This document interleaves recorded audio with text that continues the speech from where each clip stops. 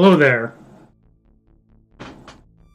I'm Jay Delete, and today I have Metal Grave with me.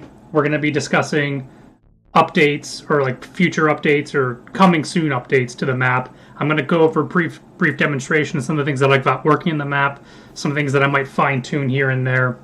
So I wanted to go ahead and do that. Again, like I said, I'm Jay Delete. The project that I'm working on has been Shadow Moses Incident. It's for Black Ops 3 Custom Zombies on Steam, on PC.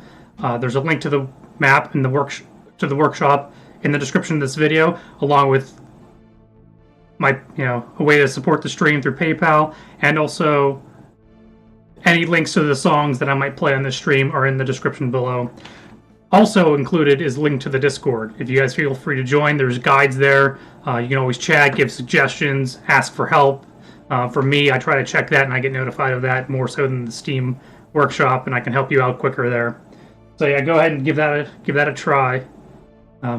Also, sometime in the future, hell, even today possibly, might have have someone join the stream just like Metal Grave here today. So with that, I'm going to get into the stream. Metal Grave, anything you want to bring up, feel free to bring up, and we talk about. It's nice to have you here because it lets me be loose a little bit and then try random things. So, and then who knows, it helps me either stay on topic or get off topic, both of which are fun sometimes. So I'm going to pull up the map. I'm going to start in game real quick just to show some of the things that are working. I don't know if the volume is going to be quite where we want it. So let's go ahead and get that started here. So this is a volume test for you guys. Check your ears. So on the stream. Also, if you want to, please leave a like on this video. It helps spread the word. Subscribe if you like these kind of videos, or if you want just updates on the map, or more or less, like I said, to help me and get my videos pushed out, whatnot. And I guess also to encourage me to do more. There's a 20 subscriber goal. We've somehow hit 17 already. So I have until, I set myself up to get 20, which was basically doubling my subs by the end of this year. And we're at 17, and we got like 3 months to go. So feel free to be one of the next 3. Help me out. Like I said, motivate me to do this kind of thing. So without that, let's go into the map. Okay, so this camera's broken because I had to do a map restart. So I wonder if other things are broken. So first thing right off the bat. Oh, I'm in developer mode. But I'm going to go ahead and show you. People were complaining about sounds in the map. Someone hated... Let me shoot this frog so we stop hearing it. People were complaining about the sounds for like the soul boxes sounding annoying. Well, I don't know if I can promise that the sound for the soul box is less annoying, but it's definitely 2 sounds from Metal Gear. So here we go. Okay, and this is perfect. Here's another update. I'll also change the effects. You see how my ammo, one thing I'd change is now it has the Black Ops 4 ammo. So whenever you pick up ammo, it refills your magazine as well.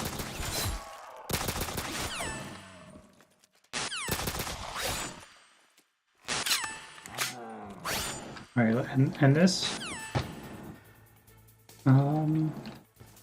I'm going to activate developer mode so that it basically unlocks everything in the map. So that I can basically just wall hack through everything. So if you stick around for a second, I'll go ahead and give that a try, and you can see that.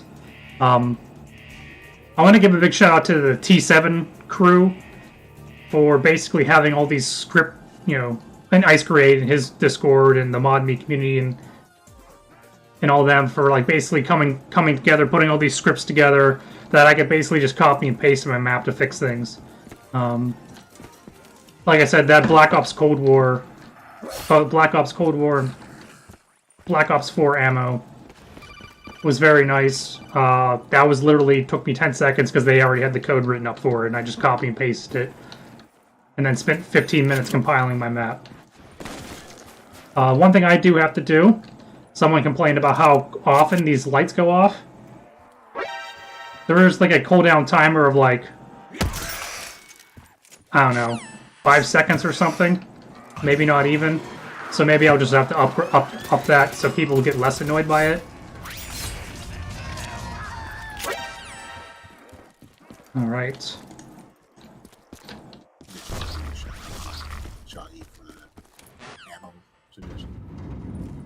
Oh, also, you're not going to be able to see it, but for the first like few steps of the Easter egg, I have these red exclamation points.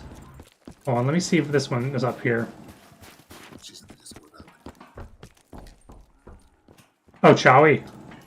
Well, I mean, she joined the Discord. Sorry, I don't mean she's active. All right, yeah. So yeah, shout out to Chowie. She suggested to add the Black Ops 4 max ammo, which because she suggested it, I had to go ahead and put it in. So there's that. Don't think he doesn't hear your suggestions. He reads them.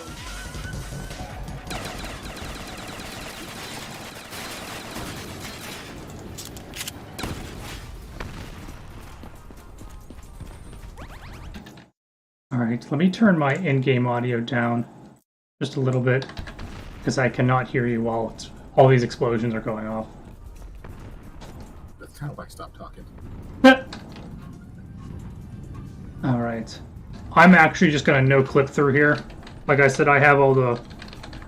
With the developer mode code that I put in, I basically am allowed to go everywhere in the map. So... It's the cave... You guys haven't seen any other streams. Here's, right now, this is the rendition of the communication towers. All 30 floors and 2 buildings of it. It's a good place to watch explosions from. Yeah. I still don't know what I'm going to do for the helicopter boss fight, the Hind D boss fight. It's probably going to be something fun, hopefully. Or something everyone hates. I don't know. Then after that, of course, you go down to the snowfield. I will have to code something for a Sniper Wolf boss fight, potentially. And then, until I actually put something in all these rooms, I'm going to leave these doors open. My goal is to push out an update sometime soon. But, like I said, all those doors are not going to be, like, you're not going to have to buy any of the doors. Strictly because there's nothing in the rooms, and I don't want people spending money on doors and there not being anything in there. So I will have to add detail to that kind of stuff later. This is the warehouse. Sorry to blind you there. Go through this underground passageway into the Rex room. I added some lens flare there, going old J.J. Abrams. The ladders might be a little wonky, but they work as long as you walk up like a normal ladder. Alright, and then the PAL key room. This is what I've been spending the last day or two doing. So we're going to test this out. If you don't have any PAL keys, it plays the codec close sound and says PAL key required. So, right now, the PAL key is this yellow summoning key. This freaking holographic key that's probably going to glitch your game out. So you just go over there and pick it up. And then you run all the way back up here and put it in. And you got to put these in order. But I right now have it coded so that you can only get them in order. So, let's go ahead, go back out of no clip mode. And the Easter eggs, okay, so in the in Metal Gear Solid, you have to go someplace cold to change the shape of the key to the cold key card. That place in the game, well, in the game you could go out in the snowfield and stuff like that and change your key card. But the only problem is you had to travel through the blast furnace. And if you travel through the blast furnace, it warms your card back up. So what you had to do is you had to wait around in the warehouse. So in order to show that, I added this cold wind effect going through, the snow breeze effect, and basically some icicles on the ground and whatnot. And I'll probably add more. And the whole blue lighting effect to indicate that it's cold. And on top of that, after you pick up the PAL key and enter it, one of the boxes in here actually disappears. And then if you can hear the sound effects right now, or whenever I go back into the game, you'll hear the sound effects like slowly build up because you have to stay in here long enough. If you leave the area and no one is in this room, it starts going back down. So you gotta let this chalice fill all the way up.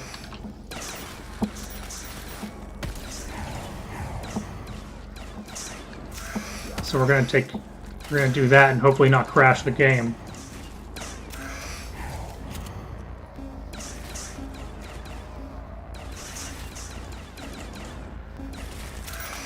I kind of wanted to do something more than just a wait in a room kind of thing, but I'm not skilled enough to do that. Like I wanted to maybe like do like a full round or something like that, which I guess I could do some sort of script for that, but I have a feeling that there'd be like a way where all you have to do is get one kill, like finish the round while in here, and it would count.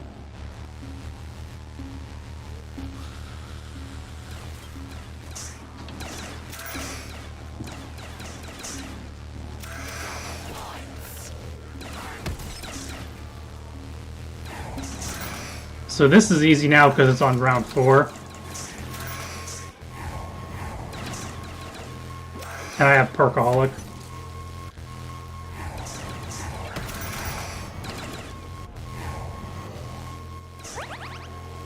Alright.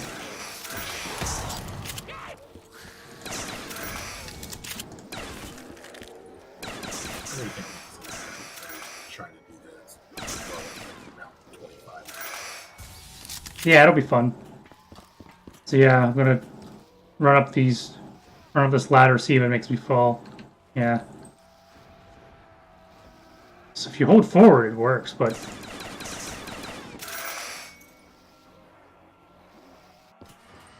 these ladders can be wonky sometimes. So you gotta climb racks. I'll probably add like no fall damage to those areas. Only problem is I think it might no longer sound like metal whenever you do that. So you enter the cold PAL key, and now you have to get the hot PAL key. So backtracking. Oh, apparently I have the infinite spawning code working right now. Alright. Boop.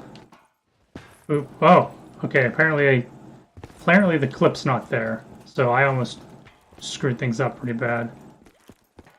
Got to an area where I shouldn't have been able to get to. Alright.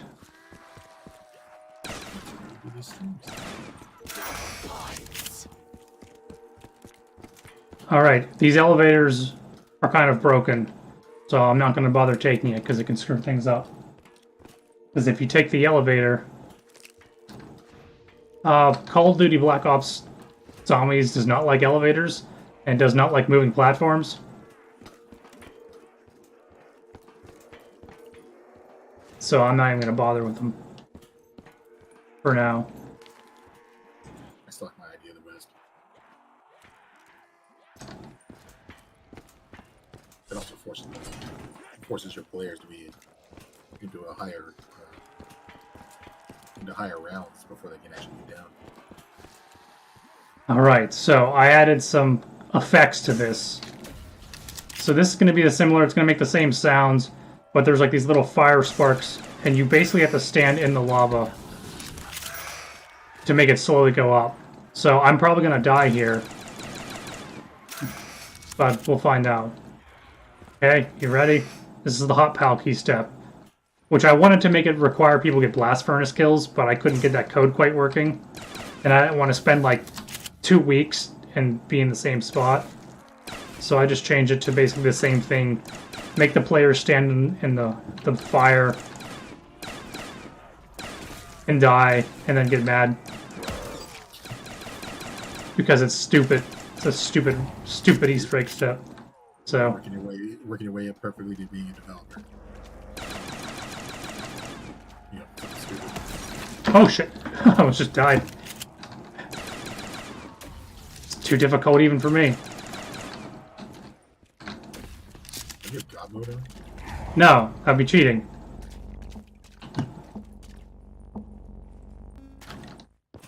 Okay. So you made this one actually a lot harder than the other cave. Yes. So, however, it's technically easier with more players. you were just gonna punish the crap out of your player base right now. It's like, oh, you want to play this game? Not before you smash your head in.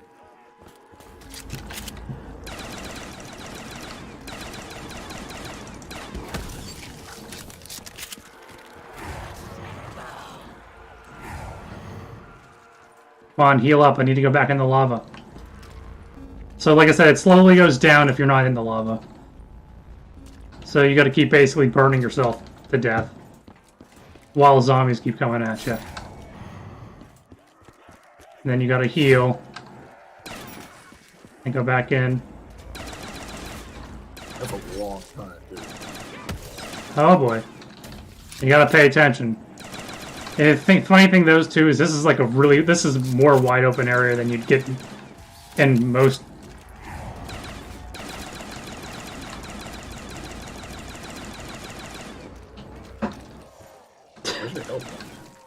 There is no health bar. You just gotta pay attention to how red your screen is.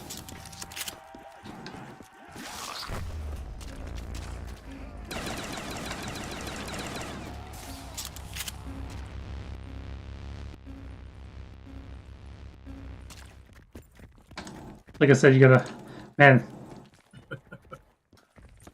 Yeah, this step may require a little finagle. Like you might want to up the speed a little bit.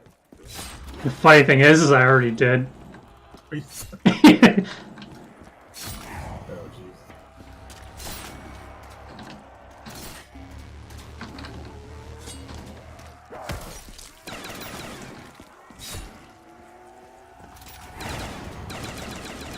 Yeah, because I said by the time they get here, they're gonna be at least level 25. So by the time they actually get down to, I mean, like when they first. I mean, I could do that, or I could just lower the damage that the fire does. I would say lower the damage, not by much. You know, just like a half a point of where it's at, and that should give you gold. Because that's the only thing I see is like, you know, people are gonna get to this room at level 25, not even gonna get the PAL key yet. Then they're gonna have to come back at level like 37 or something while doing this. Shit! I'm dead. Oh, I'm not dead! Oh man. Okay. Too intense. Whoever made this map is an asshole. Right? I'm almost there though. You can hear the sound. Sound of success. So close. Come on, heal up.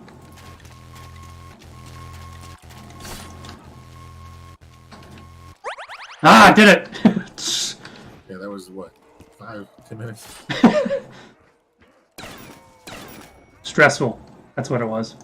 Yeah. All right. All right. 0.25 damage. I think right now. 0.15. Right now, I think I have it set. It's like, I don't know, it's 15 damage a second, and the player can get up to 150 health. So you can take like 9 hits from it before you have to get out. So that's plus 18, and then you got to heal up, which probably takes, I don't know, 4 to 6 seconds.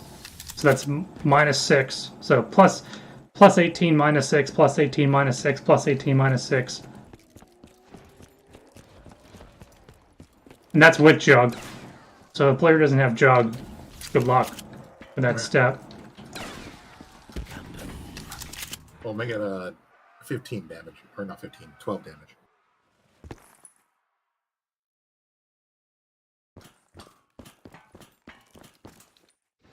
You're going to have to play this. You're going to play it normally. To see what oh my God. level you're at when you get there. How the hell did I get over here? Did you script that? No. Alright, so there's another patch you gotta find.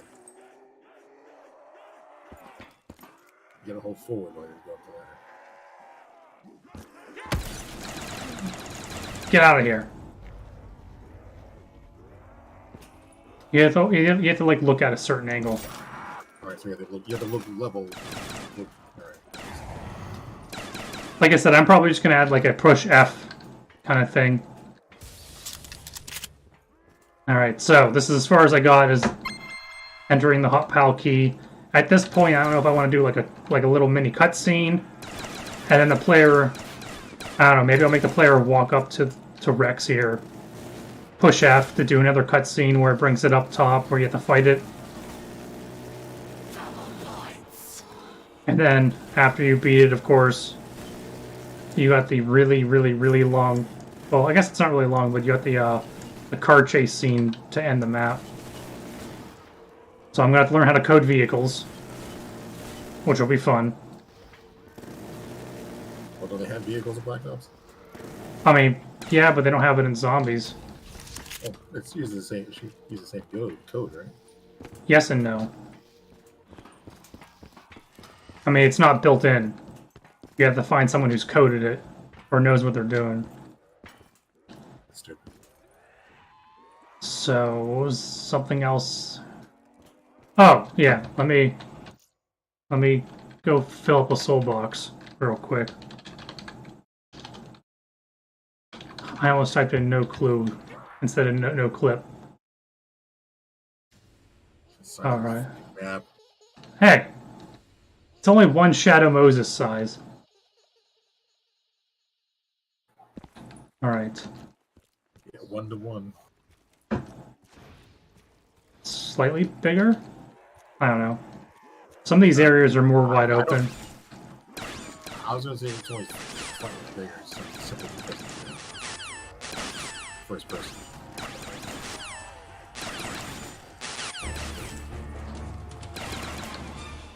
Okay, so yeah, I just wanted to show that I changed the completion noise to the soul boxes.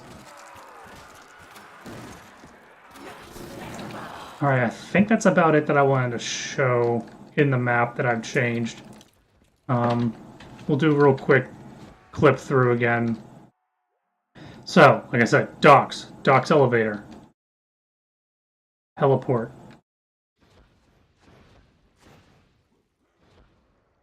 tag hangar has 3 floors, canyon, nuclear warhead storage facility has 3 floors.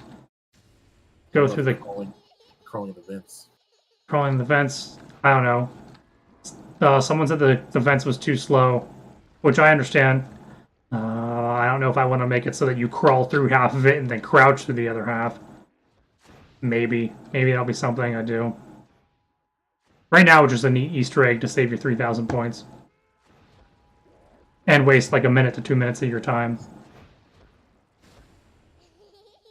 Alright. Emotional damage. Emotional damage, yep. I'll probably have to add detail as in like snow against these walls. I don't know if I'll change the textures of the buildings so not everything matches. Had to fix some of these traversals. These guys don't jump over. So yeah, there's still lots of testing to do, but I do want to push some sort of update out. So if you're someone who's watching this video, let me know if you want this current mode pushed out just so you can play it. I'm probably going to do it anyway, like this week. Push this out in whatever state I have it in. But I'm going to keep working on this, obviously. What I'll probably do is I'll probably pull up the... I might close out of this now, pull up the code, and then who knows if I'll start building this room up here, like the Rex Arena, or what I'll do. I'm trying to think like what should we then... Oh, I guess that's one thing I could do. I could go over some of the things that I have listed and probably just let people know these are things that I'm thinking about doing to the map, or in the things in the code that I'm thinking about changing, and finding out how I want to implement it. So let me pull up screen 1 real quick. You probably can't read this, But things that I want to fix or add. I want to add in I'm debating on adding in like a mission briefing room where all the players spawn, so that if you're doing multiplayer, players don't drown when they spawn in because everyone spawns underwater. Currently, well, technically you spawn up in the air, but by the time the map app actually loads, you're already underwater. It's actually kind of neat, but whatever. So if I do a debriefing room, regardless if I do one or not, I'd move the difficulty settings to that room so you can choose everything before going into the map and not have like a 60-second timer. So there's that. I want to add a choose to disable copyright music. I'm probably going to go with anything that's over 6 seconds long. That way it's not like ridiculous, because I don't know how copyright music works on like YouTube and the streaming channels and whatnot. And plus, on top of that, anything that I have in my, I spelled copyright wrong. Whatever, doesn't matter. Screw it.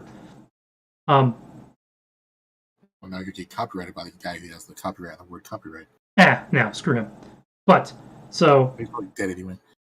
Copyright music, that would probably include the Lockdown boss fight, which has like 2 copyrighted soundtracks, like almost overlaid remix on top of each other. I think the round end music is about 6 to 7 seconds, so I'm probably going to leave those in. Not bother messing with that. The intro hum is low enough, and I've altered it enough that it's different, so it doesn't get copyright. It's like, was that 3 notes? I think it's a law. It just, I don't know. It's like Halo or something. No, just kidding. It is the intro to Metal Gear, like the hum, just the beginning to it. Yeah, I think the copyright law is, it has to be at least 3 notes. I think 3 notes difference, and then you can't be copyrighted. Yeah, because the Vanilla Ice got away with his thing. Do. No, stop. Yeah. Do. See, I changed the 3 notes right there. There you go. So yeah, copyright music. That also probably includes the Rebel Yell that plays on loop during the tank boss fight. That'll probably include the Psycho Mantis hymn that plays during the Psycho Mantis boss fight. And that'll probably also include the Snake Eater soundtrack that plays whenever you shoot 8 of the 12 Karatans in the map. I think those are the only ones that I have in there right now. So just basically the boss fights are the ones that I would basically... Oh, if the person says no copyright music, then don't run that script that plays the song. So there's that. Elevators. I want to fix the cargo elevators, which I probably might not ever do. I'm going to have to find some sort of workaround. Because like I said, it breaks the nav mesh and zombies just don't go on it. So I might have to find some sort of gimmick. Like, maybe the elevator goes into like a black space where like there's an invisible black wall on both sides that are like one way. So like the player gets quote unquote lost and the elevator just stops. Even though it was moving. And then it spawns all the zombies in, and just make those elevators one-time use. The cargo elevators. The ones that I'm having even more issues with than the other elevators. Disable perks. I'm the ones that are kind of broken. As in, like, they screw up other things in the map. I'm debating on Who's Who has been having issues. That's the perk where whenever you go down, you respawn as a ghost and you have to go pick yourself up. Sometimes that doesn't work. I don't know if that's counteracting with Dying Wish or with Tombstone. But also, if you pick yourself up with Who's Who, it doesn't give you all the perks back. Or if you pick up your Tombstone after you bleed out, you go back to pick up your Tombstone, you don't get all your perks and all your stuff back. And then Dying Wish, I think, is just a major glitch, because if you go down with Dying Wish, it just kills you and ends the game.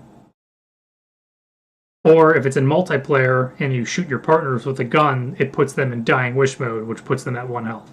So I don't know what the hell's wrong with that perk. Still, I mean, it's nice that the people who coded it, I believe that's Reaper who coded all these perks and whatnot. It's amazing that they've done the job, but I might just have to remove it for the heck of it, or find a way of putting it in solo mode. But right now that's not working the way I have it set up. Another thing, infinite spawn mode. Someone said way back when they would think the map would be better if you could just do infinite spawning zombies. I'm sure that would be a nice, almost like a rush mode, like a challenge mode to do. Like I said, do that debriefing room. You push F on the trigger, it basically enables infinite spawning mode. And then right now my infinite spawn zombie code is a little iffy because what it'll do is after I don't know if it's a set time period or after so many kills or so many despawns, it ends the round and goes to the next round, which is kind of useful because otherwise I'd have to then skip like 5 rounds if someone chooses that. Otherwise they'll have 100 walking zombies and the game will be too easy at that point or take forever. Error sound being too loud. I have toned it down a little bit. It's hard for me to know how loud it's going to be for you guys who blast your audio like crazy, or maybe blast your audio like a normal human being. Who knows? Maybe I'm the odd one. I probably am. So I toned that one down. Still, if there's other sounds that you notice that are pretty crazy, let me know. If somehow all the sounds are too loud, I don't know. And that's something completely different. I'll have to tone them all down. But yeah, still, if there's sounds that are too loud, let me know. But the error sound definitely was one that was blowing people's eardrums out. So that I've already toned that one down. Yes. I was pitching like way back because you still haven't added or haven't thought about adding the torture scene and everything. Yes. War challenge. Well, you're talking about those perks. You get downed and you lose all your stuff, right? Well, see, with these, is you get downed,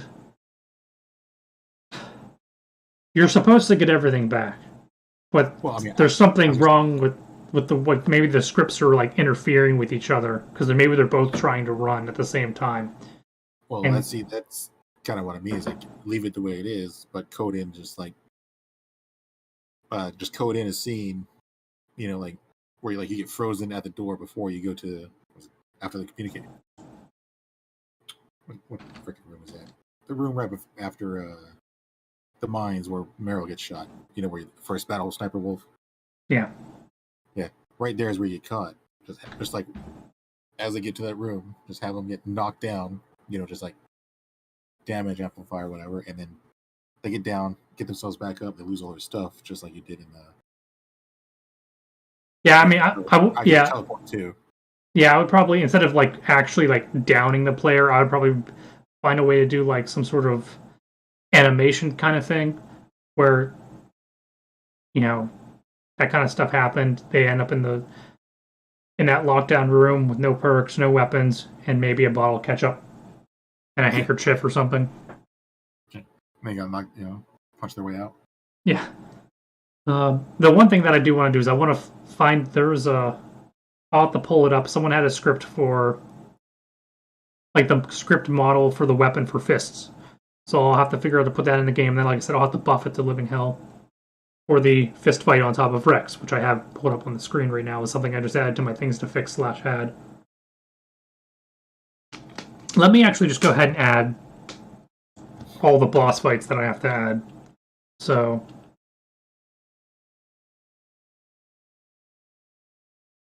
let's see.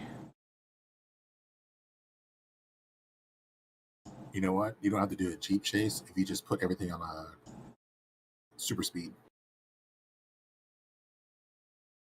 No, I want to do the Jeep chase. I want to do something. I want to do something where, like, because I'm thinking if you get that far, it's going to be kind of like at the end of Final Fantasy VII where you can't die to the boss, but you still feel like it's epic. So I want to do something where, like, you're just mowing down tons of zombies on a vehicle with a gun, and then like have just something crazy flying through a tunnel. So, like I said, I mean, this it'd be amazing if I could figure out how to do all this kind of stuff. So I'm going to keep working at it. So where was I with this though? With the things that I was changing. Okay, the extreme health nerf. I kind of want to, because on extreme mode, it like multiplies the amount of health that a lot of the bosses have, which I've already kind of coded some sort of difficulty into all the bosses. So not only are the bosses harder, they also have stupid amounts more of health. So I'll have to maybe tone that down a little bit, especially for like the tank boss, because if you don't have the shotgun, or if you don't get death machine pickups during the tank boss fight, it could last 10 minutes. on extreme mode, and then it can last even longer if it's extreme mode with 4 players or more, because then it multiplies per player too. Which it's already. I'm thinking 4 players. The tank boss is probably the hardest one. Just because of all that crap.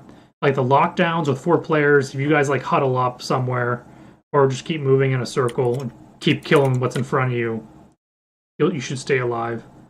So I want to possibly go back to nerfing things. The first lockdown. The first lockdown is like 3 minutes or something because I have it going the duration of both of those songs that are mixed together. I might just cut it down to, half of that. Cut down the spawns.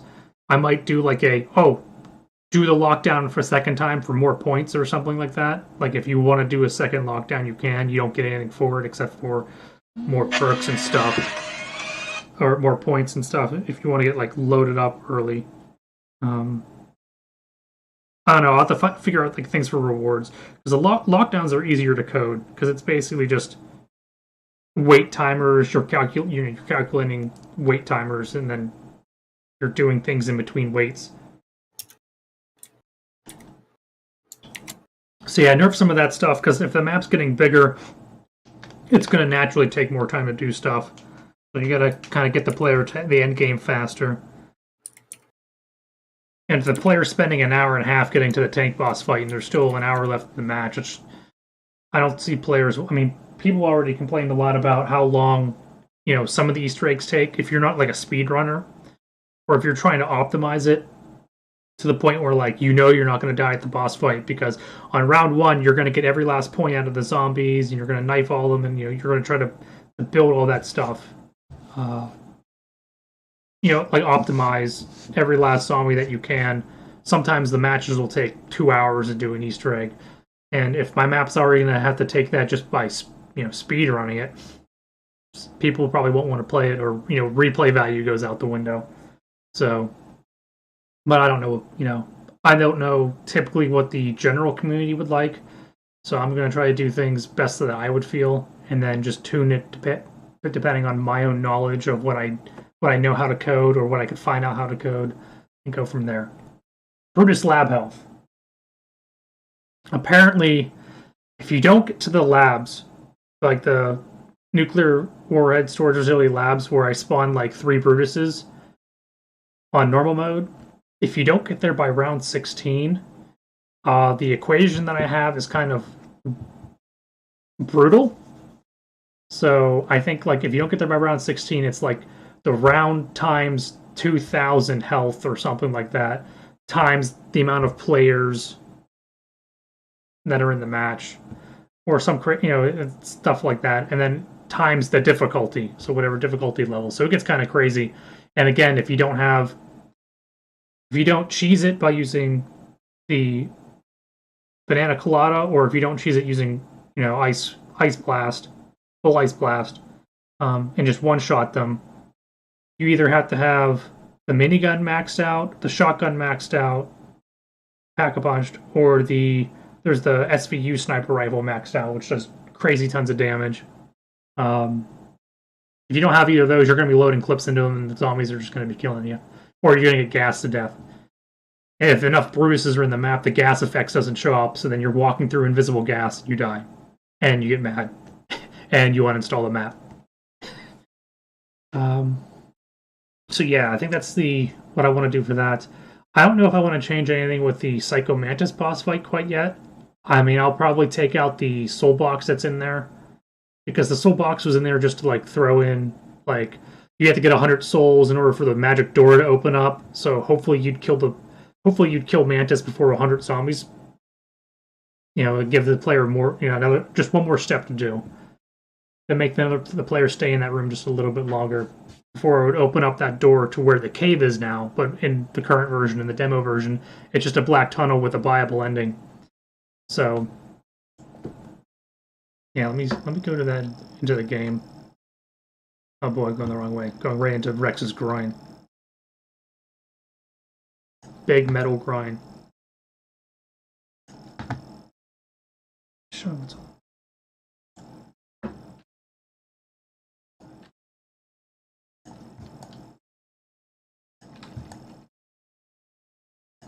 So yeah, after you beat Psycho Mantis, or Shadow Mantis, whatever you want to call it, it opens up here, and right now it's just a black tunnel.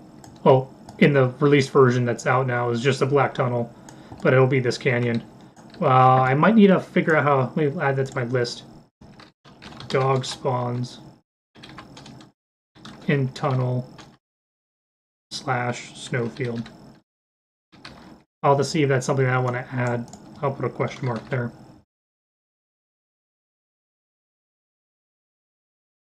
Like I said, I'll go through detail a bunch of stuff, add random crap lying around.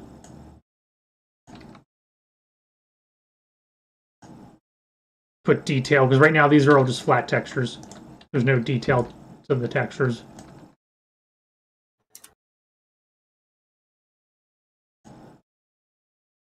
So what would you say? Let me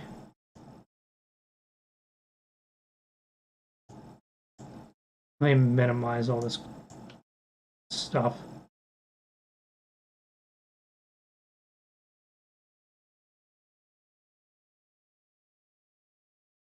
Because eventually I'm going to have to do that runaway tunnel. All right, the sun volume's transitioning. How dare it? Okay.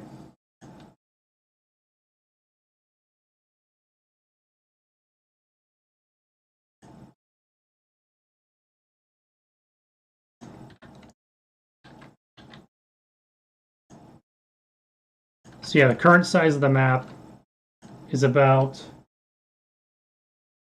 here forward. This is the 3 floors of the nuclear warhead for storage facility, and there's 3 floors of that. And all this is what's being added. You got the cave, which is under here, the walkway, the 2 towers, the snowfield, the blast furnace, which is under here, and then it just keeps going all the way to all of that. So lots of fun to be had. I will probably have to add some form of fast travel throughout the map. Although I might try to limit like the distance though. Like I don't want someone teleporting all the way back to the docks from like the Rex room. I might have like someone teleport from like up these elevator shafts, or maybe from the top of Rex down to the bottom of Rex. Or maybe put like a slide or area where you can jump off, go down. Maybe put like a teleporter here in the snowfield that teleports you back to the front of this area here, the underground passage. Maybe I'll put a teleporter or 2 inside of this giant thing that activates after the quote-unquote Hind D fight. So, just little, small, quick travels that activate certain points in time. Things to look forward to. But, like I said, I'm going to stick with trying to go through some of the things I have on this, things to fix or add. If I get bored with trying to get these to work in the code, I will have to then start building the Rex fight area, and then start building the Jeep chase. Because whenever I get stuck in the coding, like where I get to a spot where it's just like I can't get this to work kind of thing, I usually try to take a break and go back to it. So I'm gonna have to work on all this. Let's see here. Do the Hind D fight. Have to figure out what I want to do for that. Something unique. The Sniper Wolf fight.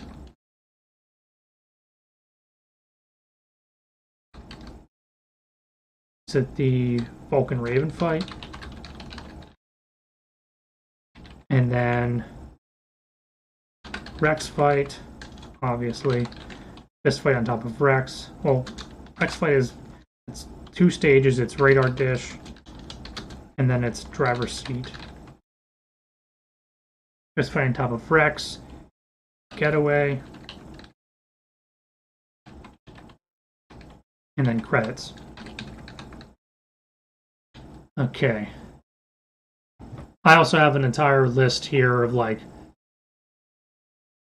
the outline that I typed up. So I can also just go back with that.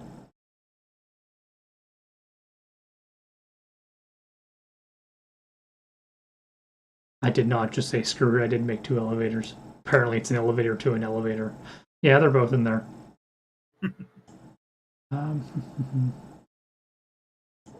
See those, like, it needs to be, you get into the elevator room, the cargo elevator room, they run over, push the button to get the elevator to come up. And as they're waiting, they fight zombies. Elevator gets there. They get on the elevator, all the zombies die, they ride it down, or jump down if they don't feel like waiting that long ride. And then they repeat. Alright, up for the second elevator. And as they get down to the bottom of that one, they push or activate something, and teleporters end up at the bottom of the elevator and the top, so they don't have to rewrite the elevators. But you show that you coded them there. Maybe I do it like this. Okay, I don't know if you can see the stream. Of course I can. So here's what's going to happen. It'll probably be 20 seconds behind of where I'm actually describing it to you. Well, I'm watching you. You still have your camera open on that thing, the Discord. Yeah, but you see my... Oh, okay. All right. So, you probably come into this room and you push the button. Yeah. Probably have it, like, maybe lock you in here. Yeah. And then what happens is you fight the zombies, blah, blah, blah, blah, blah. I do have to add, like, the crates for detail on the sides here. So I'll have to add some more detail into both rooms. So you got to fight the zombies in here. And then the elevator will get to the top. And then you jump on the elevator. And what that'll do is that'll stop the zombies from spawning. And then what it'll do is it'll shift the camera to down here. And you can watch yourself come down the elevator from afar. From third person. There you go. And then the camera will just snap back to the player once they get closer. Then they got to repeat it in the second room. Mm-hmm. Yeah, like I said, when you get to the bottom of that one, activate have a teleporter get activated to where it takes it back up to, if they have to backtrack. Yeah. Which they do, actually, right? Yeah, you have to backtrack to the blast furnace to heat up the card. Yeah, so that way they don't have to run up the elevators or anything. They can just teleport back up to the blast furnace. There was some more challenges in. So that way, by the time they actually get to here, they're like at level 50, 75. Oh boy. And so like they'll get to like level 80 by the time they do the blast furnace. You don't want them to I think in the 20s is 24 or 25 is high round. Well, I mean, it depends on who you are, but I think if I push the players to go past like level 30, their game will crash before they get to the boss fight. So, like, before they get to the end. Probably before they even get to the Palki step. Especially with people who don't have, like, decent setups. Yeah. So, let's see here. You do the 3 Palki steps. Like, I don't know, like, for some reason, I felt more intrigued to doing the Palki steps than to, like, start coding the Hind D boss fight and all those other things. Probably because those seem kind of like, I guess in my mind, it seems kind of daunting until I start doing it. Yeah. But I wanted to do the Palki steps because it's kind of, kind of iconic, even though the Hind D boss fight is iconic. Yeah, you're fighting on top of a damn tower building. So what I might try to do, like I said, is put some of those minor fixes. I don't know if you'd classify them as minor, but some of those things that I wanted to do, I'll put those in. And then I want to code the player coming out here after the PAL keys are done, pushing F to activate it, require all players, do the white screen flash, which I'll have to learn how to do, and then probably do something with you know, moving the players here or something, like on this platform. Having them have to look up, or I don't know, maybe put the players there and move the camera somewhere and just show the entire platform going up. I don't know, I'd probably have to do something unique because I can't make these things just get destroyed. Like, I can't just have these things destroy, like, physics and stuff, because they're not. So maybe, instead of showing that, who knows, maybe I show it from down here. I'm just rising up through the ground. And then cut to another camera in the room. Screen shaking. Explosions happening. 10-minute dialogue scene. Fox die. Fox dies later.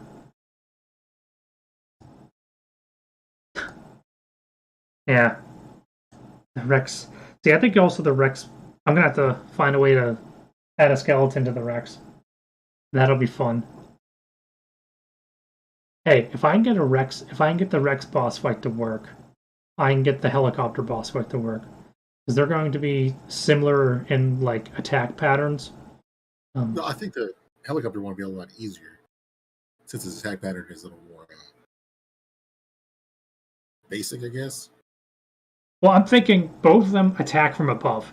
Like, their guns are above. One's in the air, the other one's a giant robot that shoots rockets from above. So I got that. I could probably use the whole... See, the only thing with the helicopter boss fight that might be more difficult is the helicopter can go 360 around the player. Around the player. Yeah. So, like, I'm gonna have to keep track of what quadrant the helicopter's in, what direction the helicopter is facing, and stuff like that. With Rex, Rex is facing one direction. Aim at the player, shoot rockets at it. It's going to be similar to the tank. The tank divides the map in half, and then is the player to the left of me, is the player to the right of me, kind of thing. And then it's how far away is the player from me? How far is the player away from me on the x-axis? On the y-axis, and then it does the degrees, and then it calculates how many degrees it needs to turn, depending on the values that it gets. So that'd be similar to what Rex will do. And I don't even think I need to have Rex like move too much. It'll be, shoot the radar dish. What I do need to get better at is maybe like going through the guns in the game. And I don't know if this is going to be a scripting thing, but I have to script it so that all the guns, that every bullet doesn't essentially do the same amount of damage to the boss. I want rockets to do more damage because you don't shoot rockets as fast. And right now, you want a fast gun or else you're not doing crap against the bosses. I think it's kind of, players probably don't think of it that way. Players like, oh, a rocket launcher, that's going to be good for a tank. And then you shoot a tank and it does no damage to it. And you're like, okay, now I'm dead. Because now I have to fight the tank for an hour. God. No, it's just the way that I have it coded. If I had it actually coded the way that, if I actually had the stuff in the map, the way that an actual mapper would do it, where it's an actual enemy and not just damage boxes and code.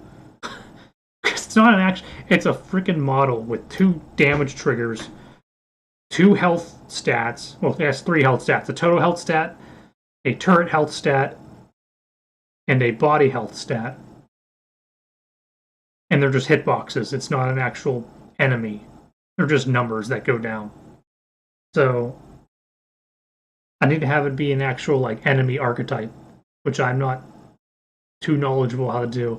I'm assuming that stuff has, you want to have animations and all that stuff, and you have to code AI and stuff like that. So, like actual AI, not just, random number generator. Okay, do this thing. Turn 15 degrees because the number landed on 1. And the second, roll for critical or roll your d20 or whatever the D&D verbiage is. I don't know.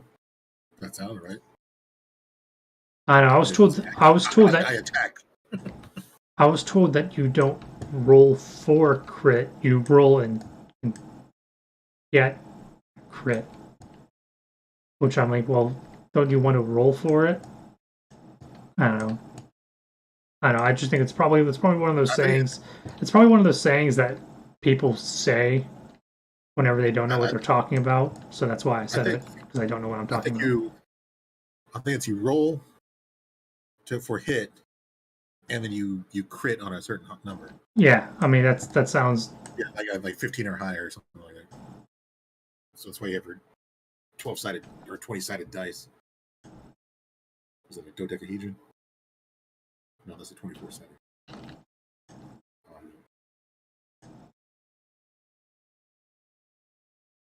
Well, Deca is 10, right? Because decade. So dodeca would be 20. Yeah. Yeah, that's why it says dodecahedron. I think it's 24. It's 24-sided dice.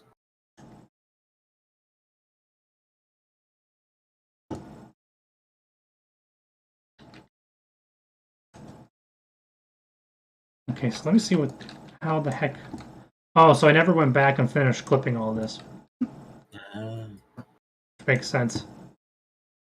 So that'll be an off-stream thing because I don't think people want to watch me clip anymore. I mean, I think the last stream I did was a coding stream, and then the one I did before that wasn't I just like laying pipe? No, I didn't even stream that. Yeah, so let me go and show that real quick.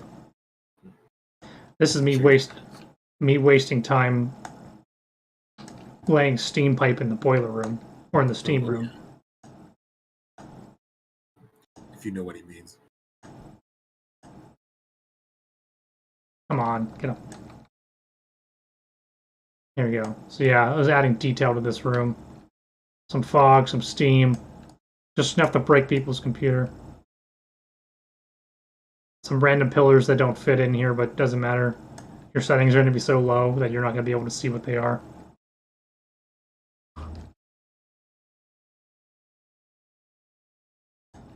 Pipes everywhere, even if they don't make sense. Pipes that go through walls.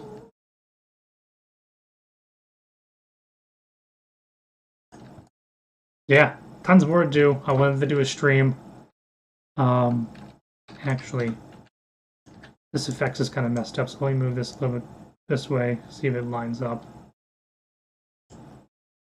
I have to play in effects here, so that whenever it appears in the game, it appears off, so that it appears over here, on top of it, on top of the obelisk whenever it gets to the top, or the chalice. Yeah. So, it doesn't make any sense, but hey, you do what you gotta do. All right. Just a wall of fog. Yeah, people have their volumetrics turned down whenever they play the game because, well, especially when they stream it, because apparently, like, it makes their stream stuttery and laggy and everything. So, because there's just so much going on. But to be honest, like, well, yeah, because it's loading your entire map in at the same time, and it's not, progressively loading it in. It's like, oh, here's all of it, instead of going, oh, I got off the docks, then it loads in the tank. It's like, okay, you get out of the tank, it loads in the towers or the cave. Yeah, well, with the brushes, yeah, that's kind of right. But with a lot of the models, they have level of details, like level of detail stats. So or models that are automatically generated. So if you're really far away from something, or the further you get away from something, the less triangles, it'll basically change into a model that has less triangles, so it uses less resources. And that's the issue. That's one of the issues that I have right now with the map that's out right now. That the demo 2.2 is I don't have all those automatic generated models for things like the tank or Rex or the rats in the vents or what else did I custom? Oh, the frogs, but who gives a shit? Those are like negative triangles. I'm trying to think what other circles. Yeah, they're circles. They're ribbit hexahedrons. I'm trying to think if there's other models I put in, but I can't think of anything right now. But I think really just the Rex and the tank and the rat. I'm sure there's something else, but I made it so it automatically generated less triangles for them. So it'll go from being like the Rex is like 8 different pieces all put together, probably even more than that. But like each one of those pieces is like 20,000 to 30,000 triangles. Jesus Christ. So those 8 pieces being the 20,000 triangles a piece, whenever you're not close enough to it, now will be, I don't know. It goes from like 20. It goes like from 20,000 triangles a piece to 8,000 triangles a piece to like 1,000 triangles a piece to like 60 triangles a piece, depending on how far away you are from it. So yeah. Well, do you ever think that you should remove them from the beginning of the game? Not yet. Because it's... You just like having your monuments, don't you? Yeah, plus on top of that, most people who play this map never find their way on top of it. Because the only way to get on top of it is a cardboard box after the tank battle. And I like right now it's like hey, it's a neat thing. It rewards the player, they can fight on top of it. I might remove it. Or maybe I'll get kind of cheeky and I'll like have it delete after, I don't know. Yeah, to make it so. After I add more detail over here. Because right now having the Rex here prevents me from having to put more effort into detailing this jaggedy area over here. Because there's a Rex that people are going to be staring at. Yeah. Oh, I'll just have the Rexes fight each other. Yeah, do that too.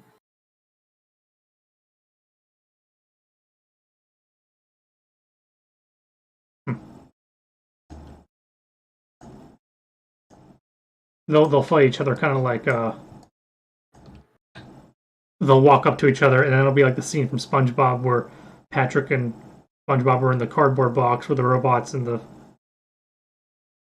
pirates are fighting, where it's just like 2-2 R 2-2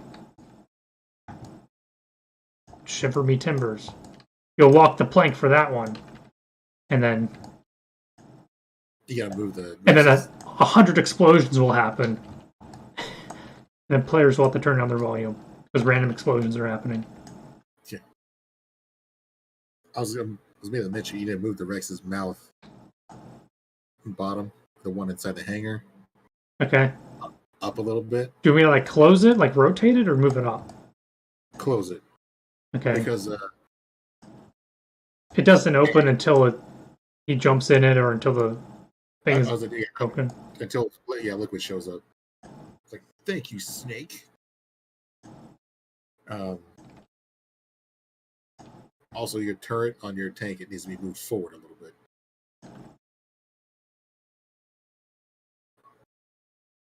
Yeah, because you see the if you look at it straight ahead.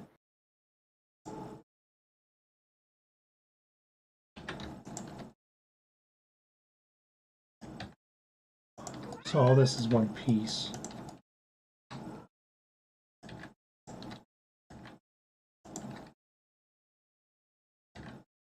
Trying to think what'll happen if I move it up.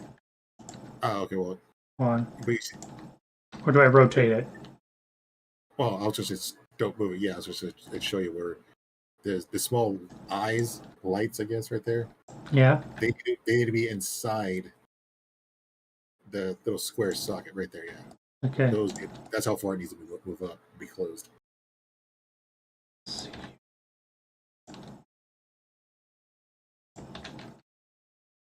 Yeah. That look better? Um, Does it need to move forward? yeah, I think.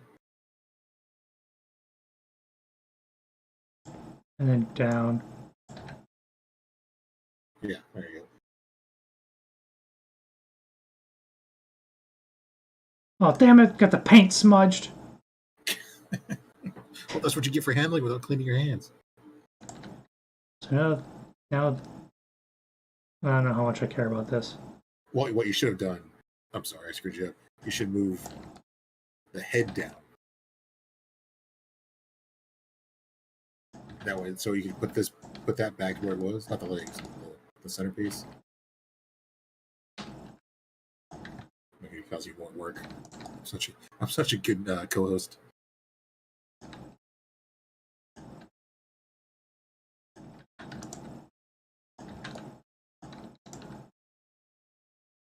First off, entity info. This is 2.75 in size, and so is that. Okay. So at least there's that. That's also 2.75. I just want to make sure everything's the same ratio. And also, why is your Rex blue? That's just the material that I used. Okay. There might also be a blue light in here somewhere causing that to happen. It's supposed to be gray with a cool ass camo on it. I'll go ahead and draw it up or find it. Find a picture of it and give it to me. I'll throw it out at you. Just to delay the game a little longer, your release longer. Let me pull up Ape.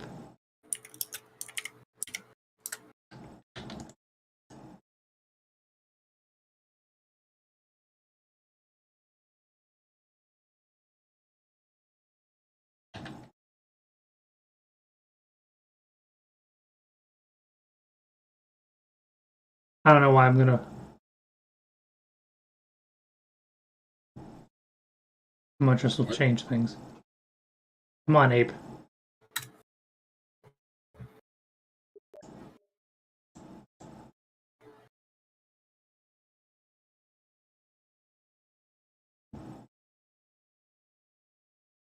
There you go. Okay, so it's white and green camo, kind of. Yeah, this one's a little too dark on the green. It's more of a digital green, I guess. What you're saying is I need to make the Rex holographic. No, just kidding. Yes, you need to make it the green, and then stand out from their screens when they're playing it, like it's actually coming at them. Mm-hmm. Okay, what colors do I have on the Rex legs?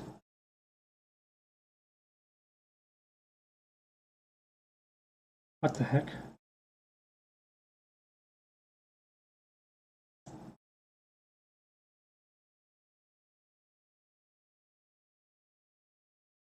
These are the dang materials that I have. Scratched metal. Let's see what this color is.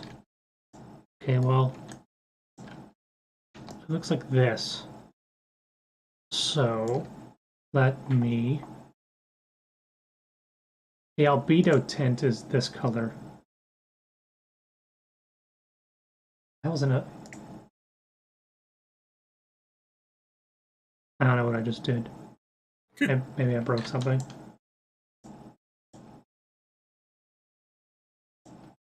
Let's get rid of that.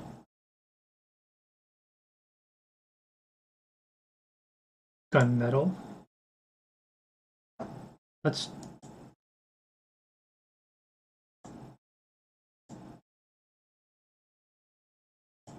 Hey, what is this even changing? Oh, this is changing this stupid leg. Cancel. Which one is the main one?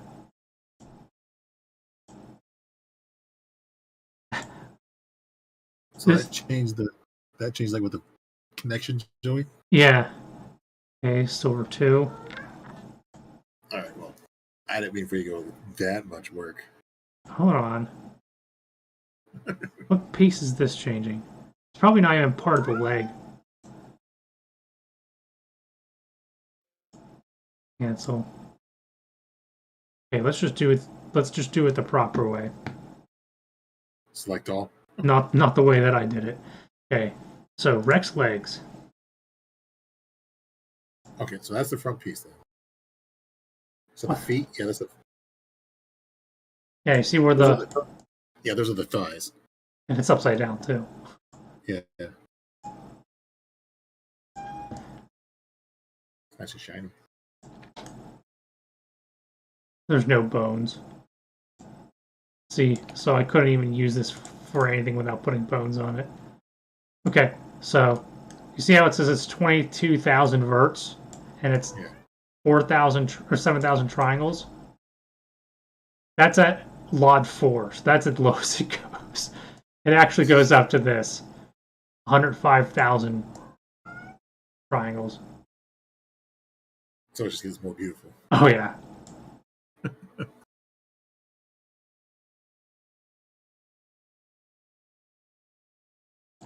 All right, so silver, material 10. Oh, no, main color 2. Change the main color 2. So I'm assuming main color 2 is what we want. See how it's blue? It's slightly bluer. Yeah. So let's... But it still has like the scratch pattern. Because there's the albedo tint in it. It's just the material that was already in the game. So let's go with like... I know you said it was supposed to be like white with the green. Let me actually cancel that. Metal gray. Yeah, like metal gray with green camo on it.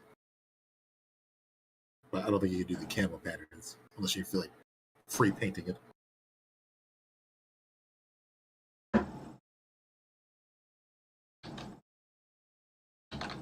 Some...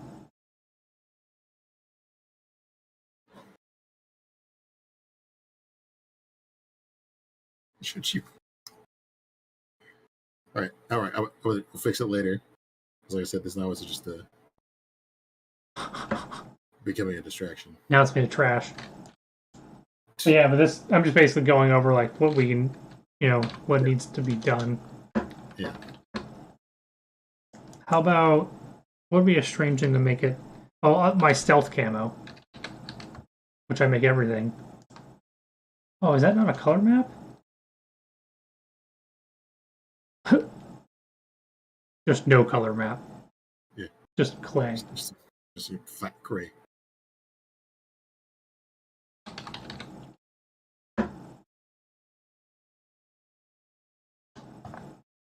Okay.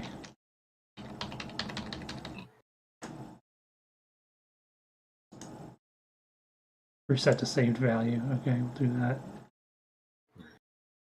But I'll go back to my Rex legs. Like I said, main color 2.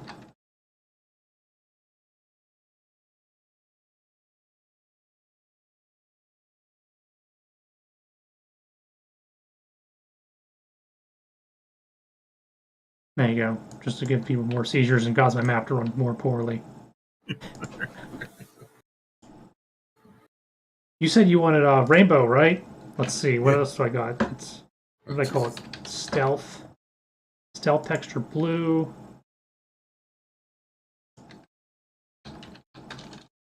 Stealth texture gold.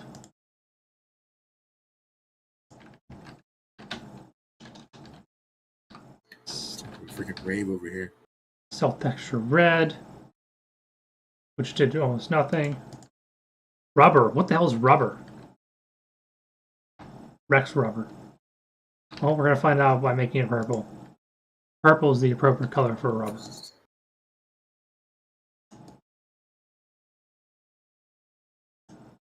I can't even see it. You can see the Oh! inner vents on the... Okay, Oh, so yeah. that's rubber. Oh, okay. It's for the smoke dischargers. Okay. Okay. Make this red, too. Make this red, just for the hell of it. Make everything red. Except for material 0. Shouldn't have... Oh, so material 0 must be...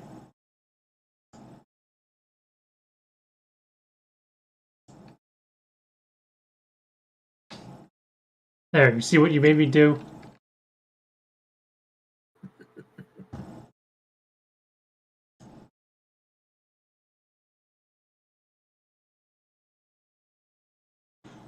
So can you code in animations from another game?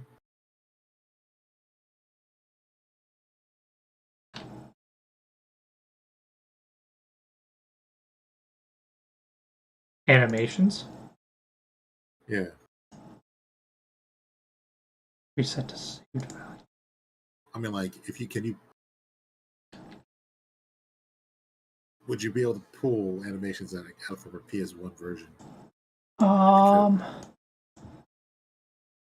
No. Because I'm pretty sure PS1...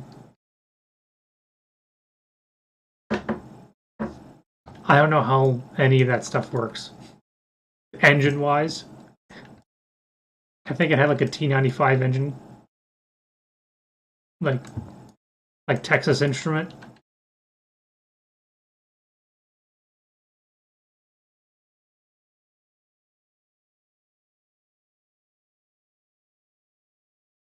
Oh, yeah, the Rex also charges forward. I forgot about that. During the boss fight. Is that only if you get too close to it? No, I think it happens after you destroy the radar dish. He'll lay down on, like, squat down on his legs and then charge forward.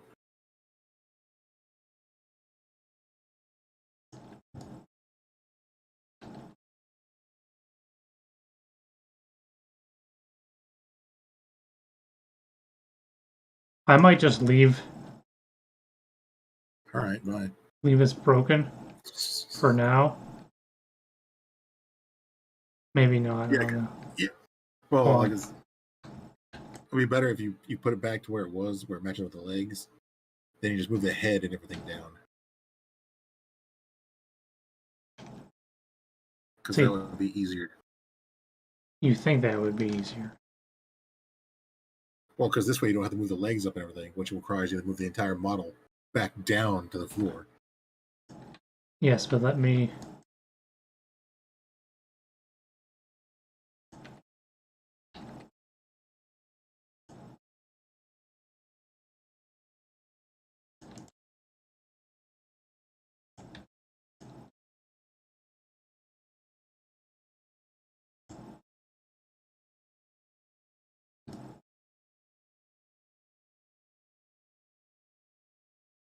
Back a little bit further?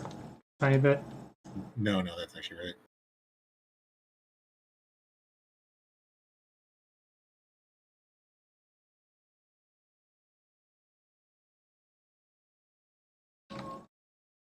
Yeah, so that's fine. Because now the rest of it's fine. So, yeah, that's good.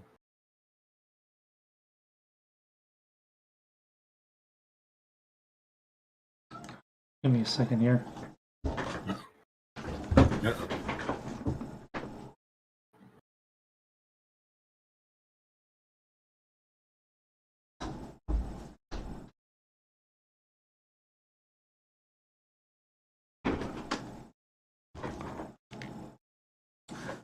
What did you call me? I didn't say anything. Okay, I'm just kidding. Yeah. Alright. Still attached back here. Is there anything strange going on? I think it still looks fine.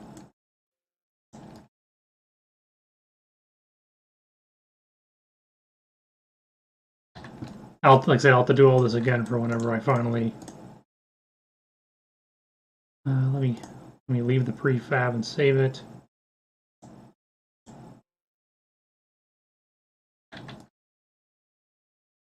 And then let me get out of this mode.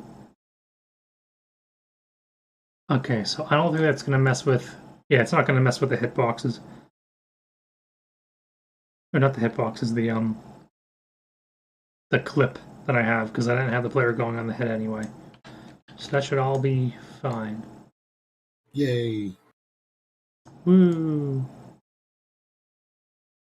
On Hawaii. Oh, Congrats. Draco, yes. Need to tell the man thank you for making this game. I'm making this game, making this mod. It's all him. I'm just his viceroy, I guess you can call it. Well, yeah, thanks, Draco. I'm surprised I missed that message. But yeah, passion? Yeah, I guess you'd call it that.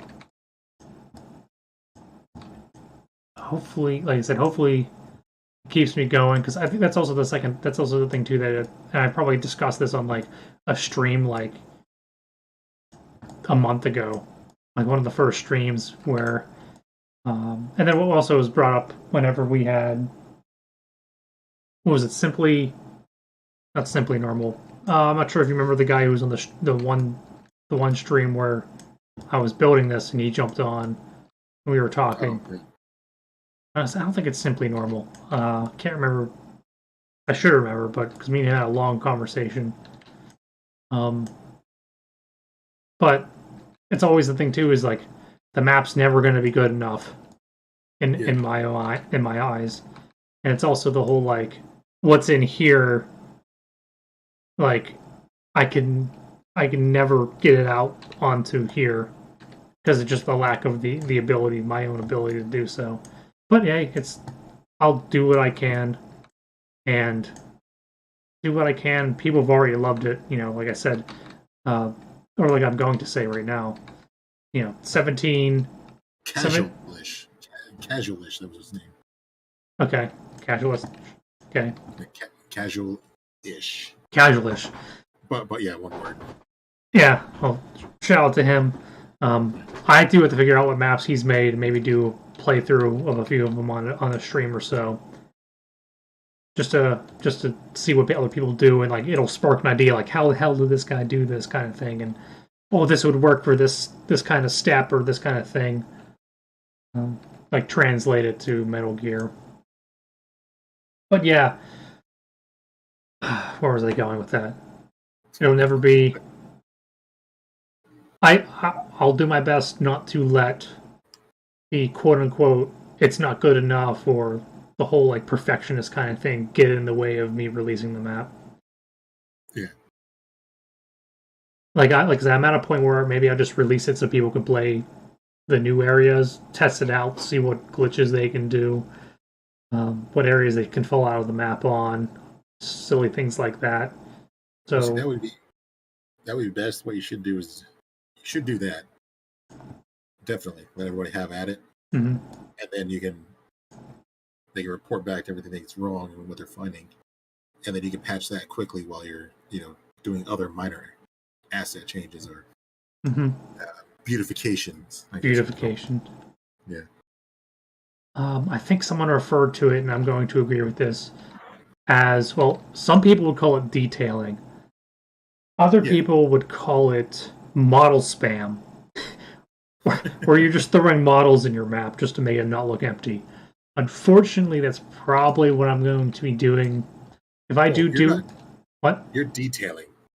You're not just throwing models in there. You're actually throwing the actual. It's a little bit of both though, because I mean, like, I don't have quote unquote, I don't have like the models that the game has, and PS1, because I tried going off of the PS1 one, and I am taking liberties. Like, there's not snow or ice on the ground in here. Who knows? Maybe I'll get rid of that. And there's not like chalices that come out of the ground. We don't know that. They could have just been invisible. Yeah. It's just like the crap. What was it? Like, it's just like the way to save Aerith. It's just no one's ever found the way. It's in the code. Yeah.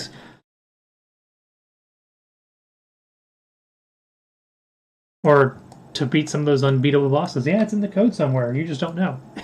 Yep. Yeah, there was a 5-hour long matches. Actually, since I'm in here, I did not want to pull that up. Is it cargo? Not cargo pallets. Is it shipment containers? No, I didn't delete the shipment containers. I just made sure that they didn't. So I believe like this area has these shipment containers in it.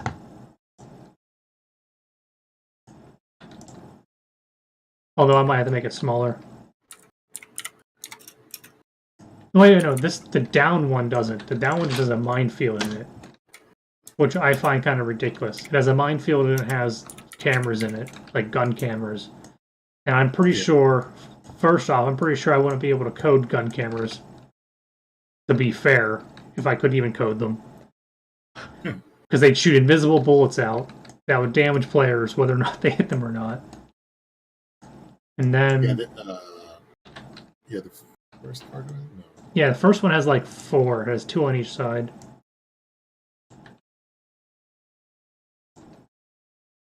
Yeah, well, yeah, one's on the far left side, and one's kind of like off to the side. 1, 2, 3. I want to see 3 from this angle. I'm probably going to make it smaller. And then, like I said, I'll have to clip it. So this is just me, like, doing stuff in the map right now so that I can feel productive. And then I'll go back and code stuff that... I think I should just... Because this console is not here in the game. But I want to use it so the player has to push the button. Maybe I'll slide it over? Oh, lens flares. Random lens flares in random locations. There you go. Beautiful.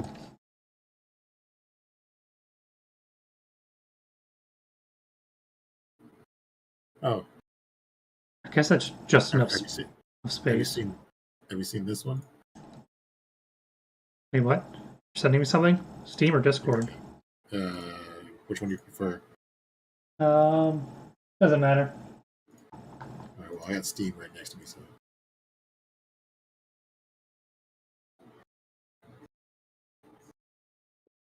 Your map, your escape route has to be the length of your map. Yeah. Hold on. Let me see if you sent the picture that I originally was going. Yeah, see, that's the original picture that I downloaded for the map. Okay.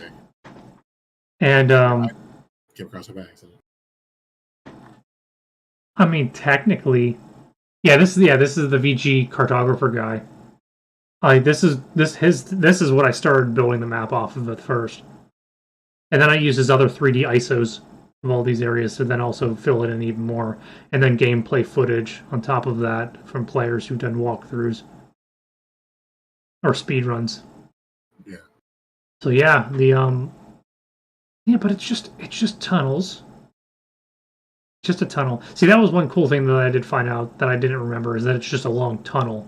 It's not, so it'll be easier to code, or it'll be easier to map technically, because I won't have to do like giant snow fields and like detail where you can't go but you can see, because it's all inside of a tunnel. Yeah. But I'll have to learn how to do vehicles for that, or attach a player. Player, you're attached here. You have infinite ammo. I do want to maybe do... Hold on, let me pull up this list of things that I'm working on. I think I'm still... Yeah, I'm still sharing the screen. Yeah. Dana. Oh, jeez. Power up? Question mark? Because someone does have like an infinite... No, it's not a perk. Oh, they have that. It's a power up drop where you get infinite ammo. And I need to figure out if someone has script for it or how they did it and implement it into my map, and then make the icon for it a bandana and maybe put some sort of like I don't know, some sort of sound effect whenever it gets picked up. What about the stealth? Stealth? That would be cool. I wonder if it would break the game. Well, Well, see, there are perks that have stealth like stuff to them. Like there's the Vulture's Aid perk where whenever you kill a zombie with has like the green smoke around it, if you stand inside the green smoke, and if you stand inside the green smoke long enough, the zombies won't be able to see you for a couple of seconds. Yeah. But it would be cooler if it actually was like a in plain sight perk, which maybe I could do. Maybe I can like force the game to activate in plain sight, which is a 10 seconds of zombies not being able to see you. Or zombie blood. Yeah, there we go. Zombie blood's the same thing. The zombies ignore you for the length of the drop. So I could do that kind of thing. I would have to figure out if someone's coded it and then modify the icon, the HUD icon, um, and then maybe, like I said, what it says. I don't know if it says if they have it coded to where it plays a sound where you pick it up. So that kind of stuff.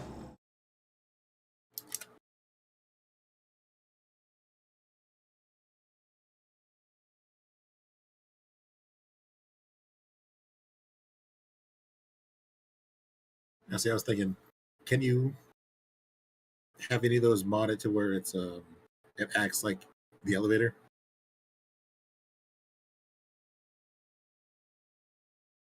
And what? Like the zombies. Like the zombies don't see you. Well, I mean, I would just do it like, yeah, kind of like a cinematic. I would just stop them from spawning. I would tell them to stop spawning, have it kill all of them, do the cinematic, and then after the cinematic's done, reactivate the flag that allows them to spawn. Give control back to the player. Kind of like how I did the first room, where I did the elevator, where it goes third person. That kind of thing. Kills all the zombies, takes away control of the player. Yeah, so I would basically just do that from a different angle.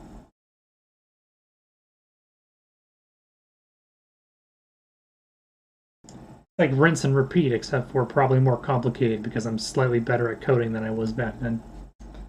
Only slightly.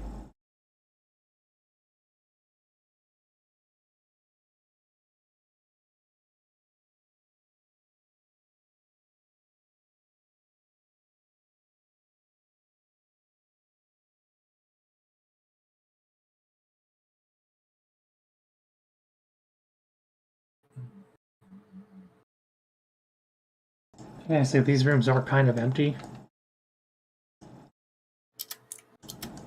So I will have to put something in them.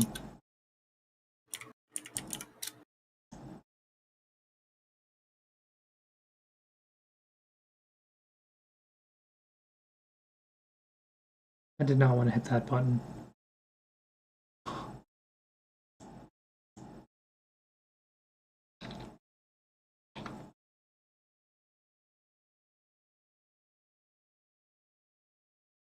It's going to be too...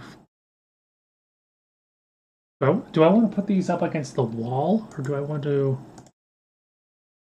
I want to have space on both sides for these crates. I think it's space on both sides.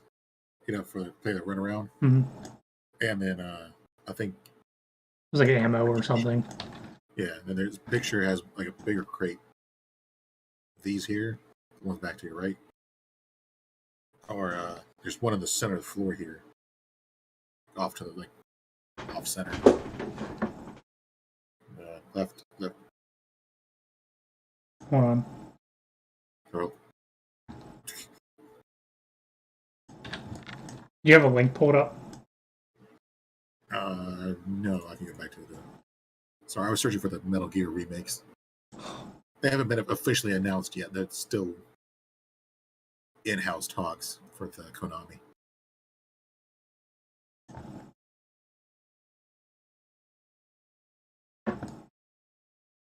I'll have to clip these. I wonder if I'll have to make them so that they don't emit red light.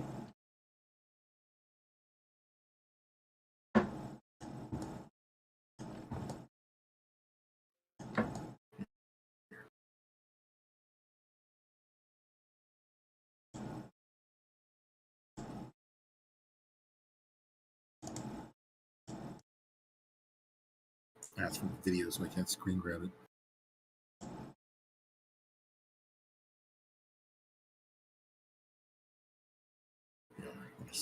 I'll just send this at you. And you... Actually, what I can also do too.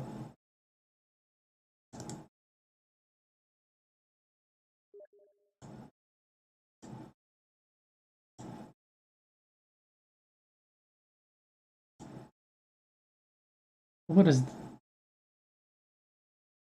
that the one from the GameCube version though? Yeah, I think.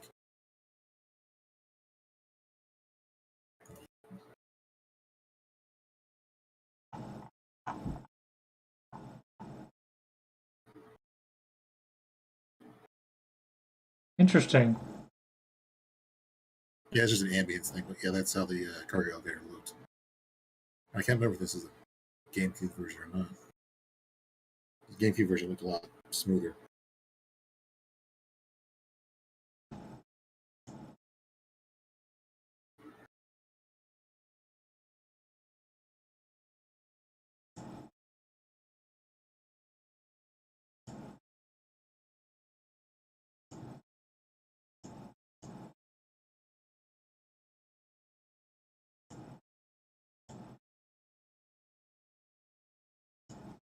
And I think the second elevator is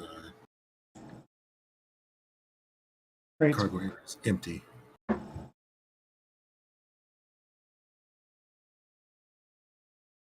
Yeah, let me save resources. I'm going to end this. All right. I still have the game open. So this is actually supposed to be against the wall.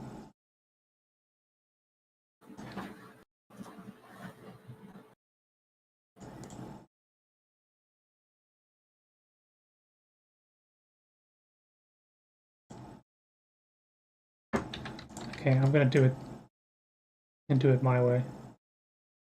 All right.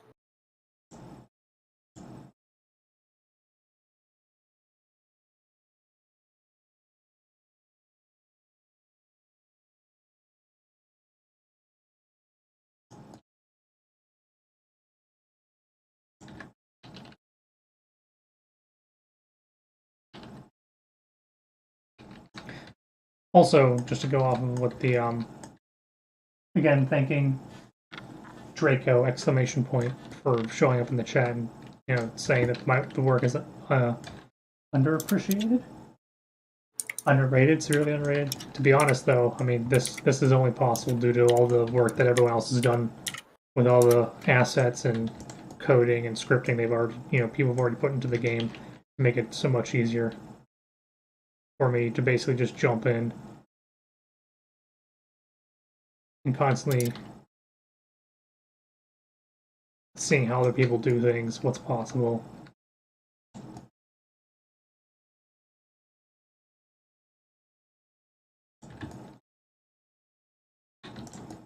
So it looks like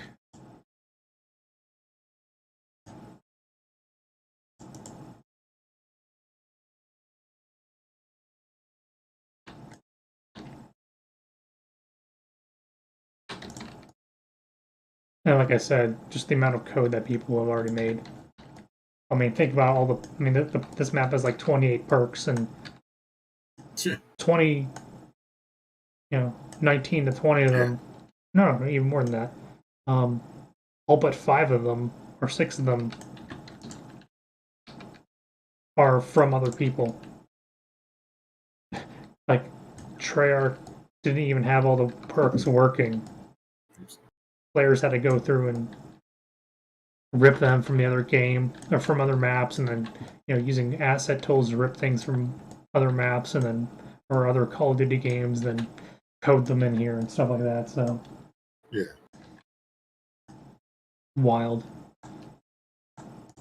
And then here I am 7 years later, after everyone's done all the hard work. Well, you had to wait for them to get it done so that you can make your shit. Mm-hmm.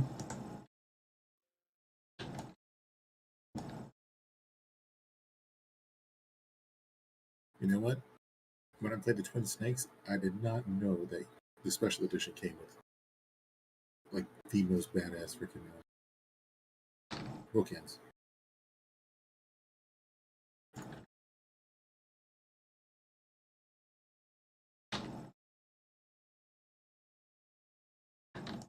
pisses me off because like I would have bought the shit out of it.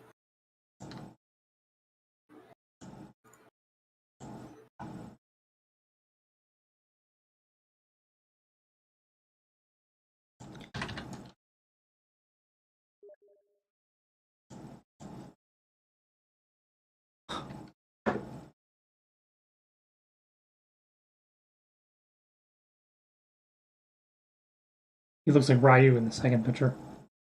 Yeah. Or, sorry, excuse me, Ryu. Ryu. Okay. Get rid of that.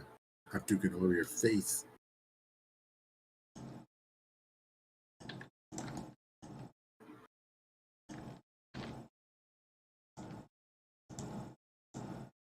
It's worth $1,000 now.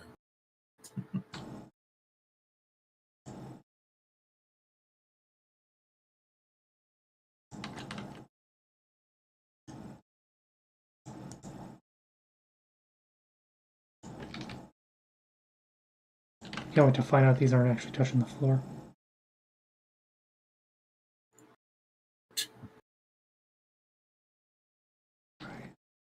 Close as I need to get it to the wall.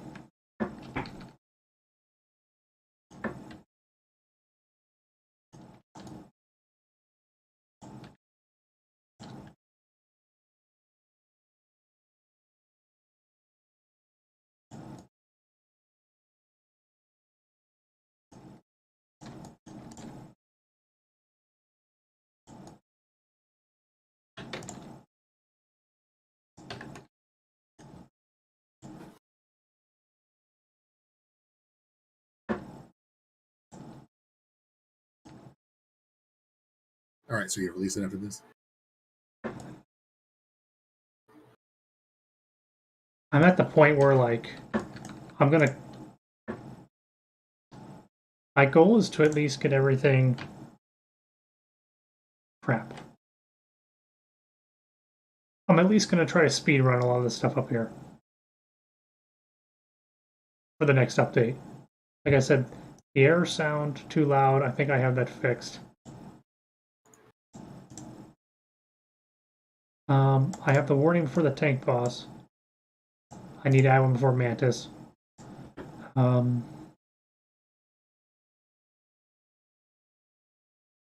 skipping the elevators.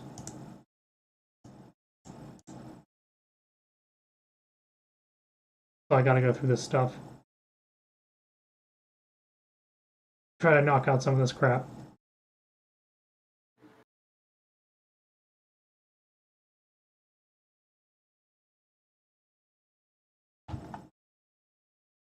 So, infinite spawn mode.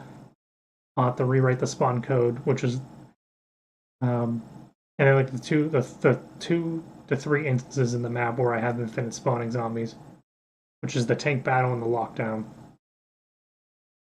I'll just have to work it differently, work the code. Just do like a global variable that, like, if that's set, then the infinite spawning just never stops. Yeah. So that'll be some code that I'll work on. It'll be simple enough. The extreme health nerf will just be tinkering with values. All these nerfs will be tinkering with values. The lockdown is probably going to be I think the lockdown is one or two functions, and I just have it like wait 30 seconds, go to the next phase, wait 30 seconds, go to the next phase, wait 30 seconds. I might just cut out half of the phases so that it's a minute and a half lockdown instead of like a 5-minute lockdown or whatever it is, or a 3-minute lockdown. So that'll be simple. I'll have to mess with the Brutus things. The Brutus lab health nerf, that's just in the code here. Hold on. Lab. You got 10 minutes. Got 10 minutes? Yeah. Remember, you still gotta go to work. Hold on, what do I gotta search for? Brutus? Yeah. Boss 1 Brutus player, so that's boss 1. Spawn Brutus during the lockdown. So this is all the stupid equations that I got going on for that. 48,000 health. If someone chooses Big Boss, oh no, Big Boss Extreme.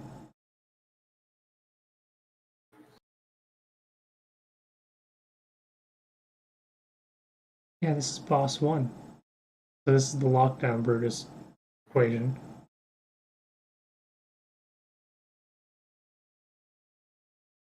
Boss 1 Mayhem is what I named this other function.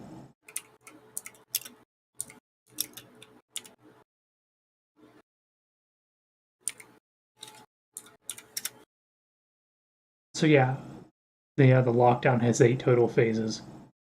I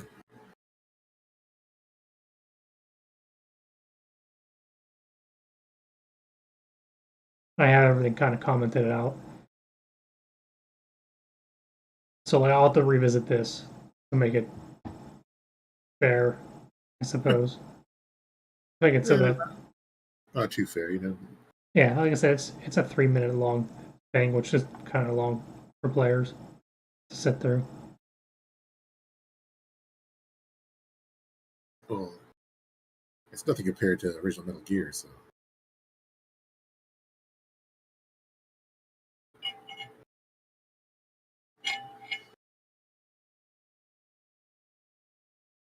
Oh, let me check.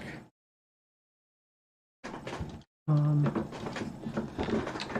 is the flag set? How? Otacon? Otacon. So it's going to be in here. Okay, spawn Hellbreaker multiple.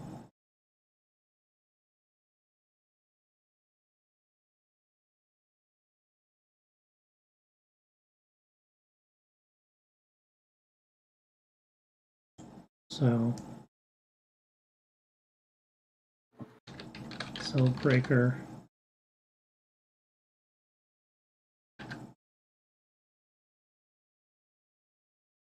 Hellbreaker spawn multiple. Okay. I might just fix this now. Let's see what it does. Okay, you ready for the equation? Get players. Players equals get players. Um, if the player is before round 16, set the health to 25,000. Else, it's round number times 2,000. So 16 times 2,000 is what, 32,000? Yep. So if you don't get here before round 15 or earlier, it instantly gets harder. Then for each player, the base value goes up by 2,500. Then,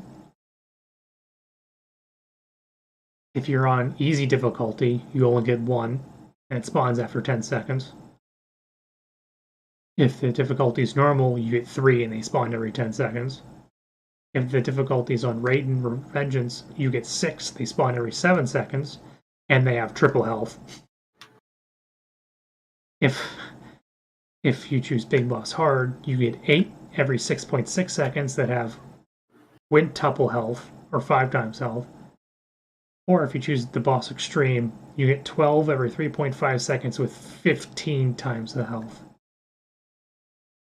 So, do I blame the player for choosing hard difficulty? Should I? They wanted the challenge, so that's what they get. Like I said, well, you said you're going to make a little spawn route, right? So they can pick what they want. Mm-hmm. And you just put it down there, just like liquid easy. Just take it easy. Then you get like Big Boss Extreme because you hate yourself. You will fail. Yeah, like there's no success to this. Prepare to die edition. Yeah.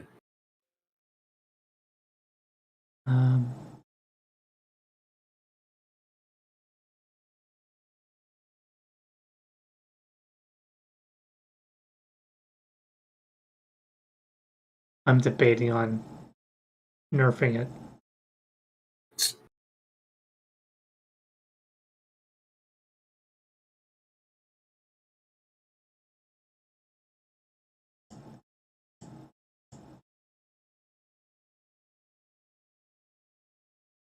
Like I'm wondering if one is she online?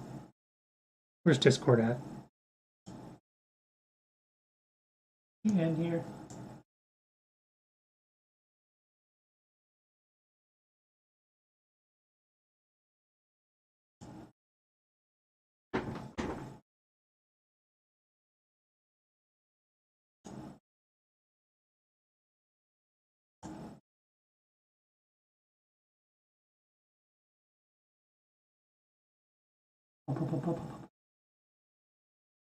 General. I'm gonna reply to her, ask her what difficulty she was playing on.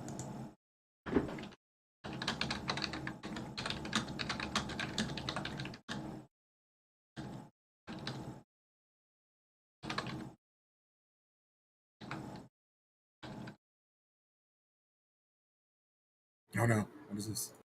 What? Nothing. Alright. Again, if you end up watching this stream later on, guys, some point in time where it's not live or anything, as always, if someone's doing a YouTube live stream, they always have to plug to leave a like or subscribe to the channel. Max. Max, that's not a difficulty. It is now.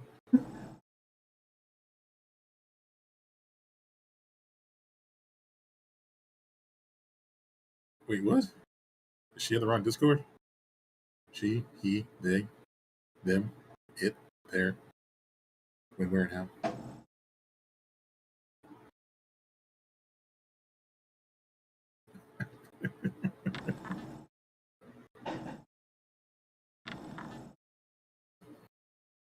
Like Max, like what part is Max at?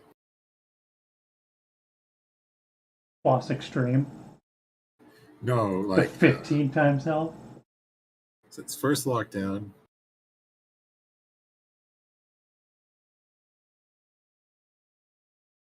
Yeah, it is. That lab is a tight ass area. So okay, so it's all right. They're playing the map. Okay. Doable, but it's hard. You're in game right now. Yeah.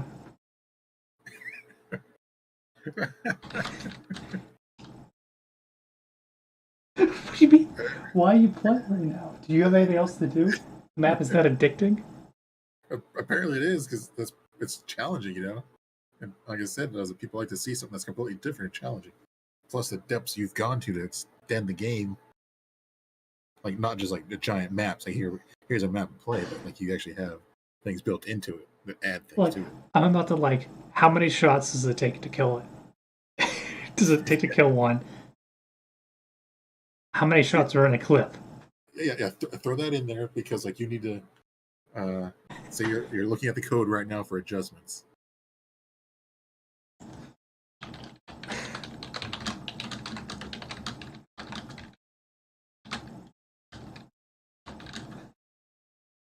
Trying to.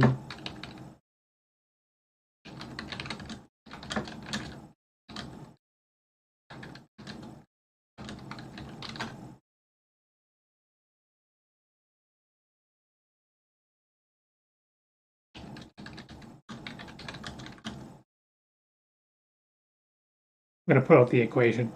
Oh, let me talk about the equation.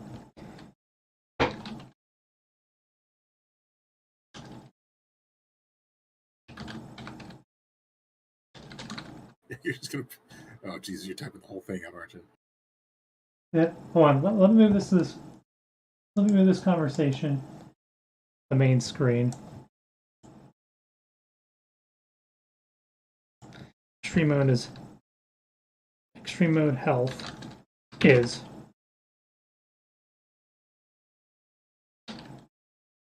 round.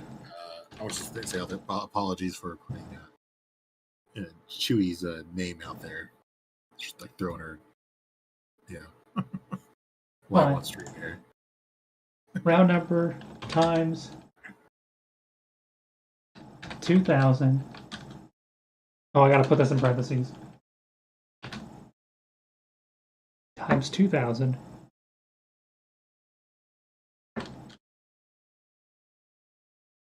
plus 500 per player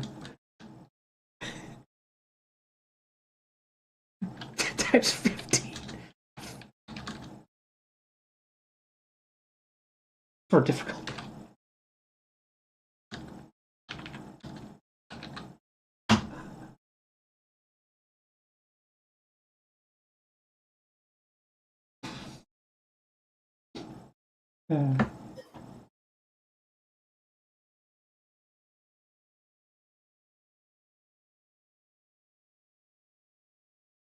Ridiculous.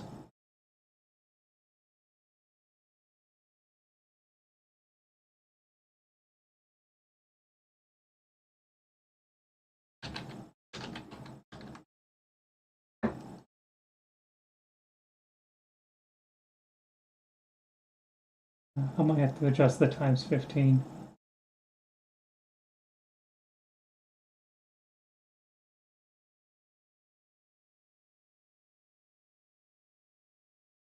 It says it goes 40k health to 800,000.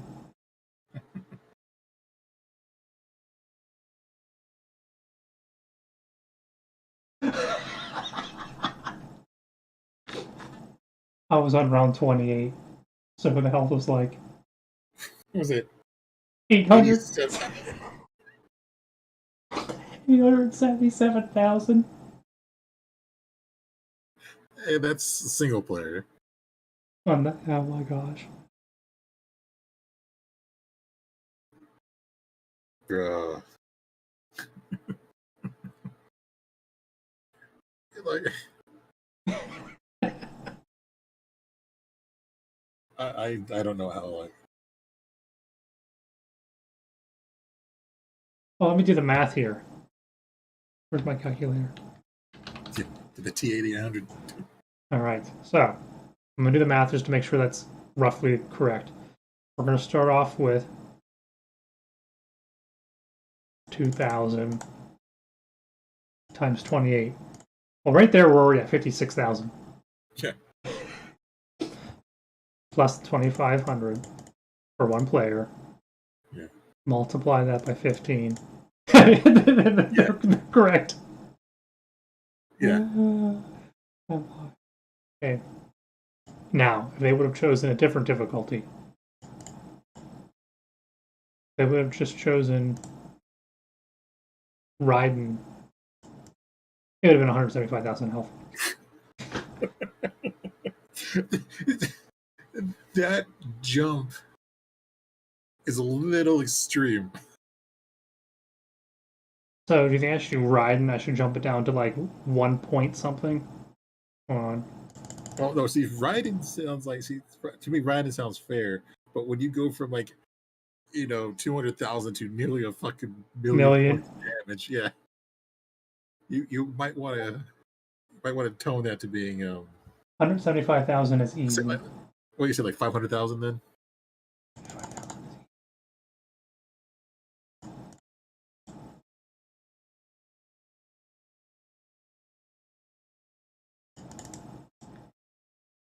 $56,000 times 3. Oh, I forgot to add the divided by 3 plus 2,500 times 3. Yes, I mean they're saying that 175k would be easy. Yeah. So Raiden Revenge is still easy, and you have to fight 6 of them. All right. So you don't want to go to. So do you want to up Raiden? I don't want to up Raiden. If that's still considered easy, you got to fight 6 of them, and it'll be even more difficult with all the zombies in the tight corners. Because it's funny too, because the lab is like a 3-lane.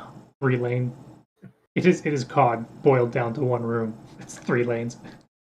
All right. Well, then I just do the. Yeah, I would say. What? Oh, okay. It goes. Well, it's Revengeance Hard, right? And then it's Big Boss Extreme, or is it just Big Boss? There's Big Boss Hard and the Boss Extreme. Okay, the Boss Extreme is the 850. So what's Boss Extreme? So what's regular Boss Hard? Big Boss Hard is almost 300,000.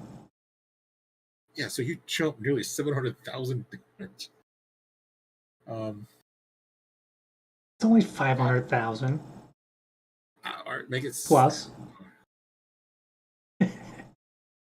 So the times 15 might be a little bit too much.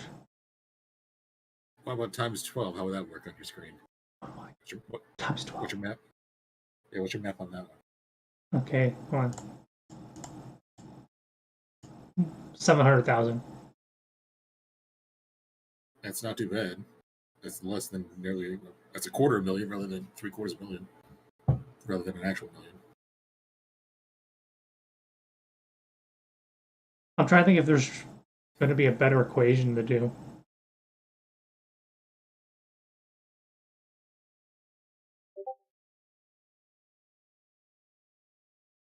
Oh, what gun did the most damage?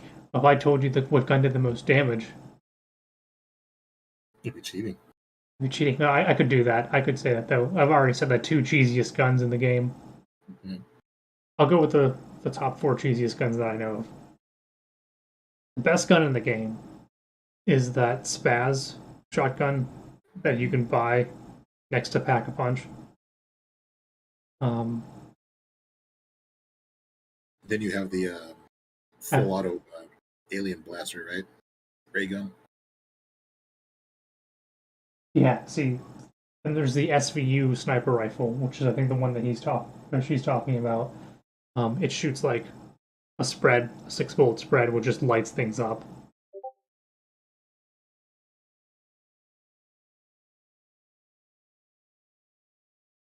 There's that gun. Then there's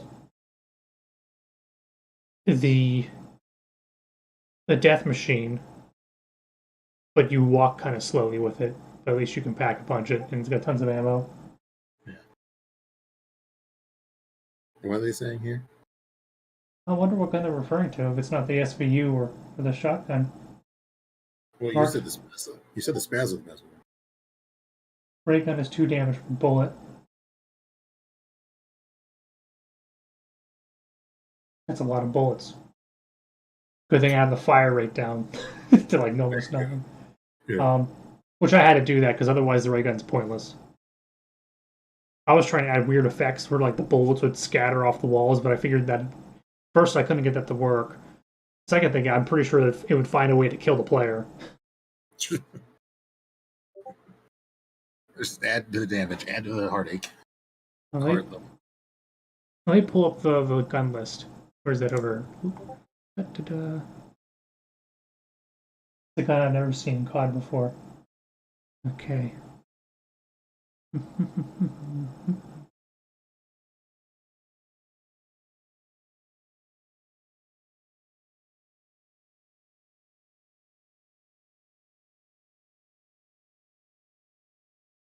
Storm PSR?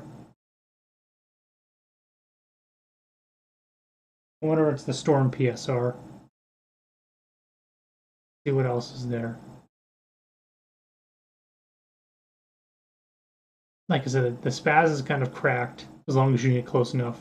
Got a lot of spread.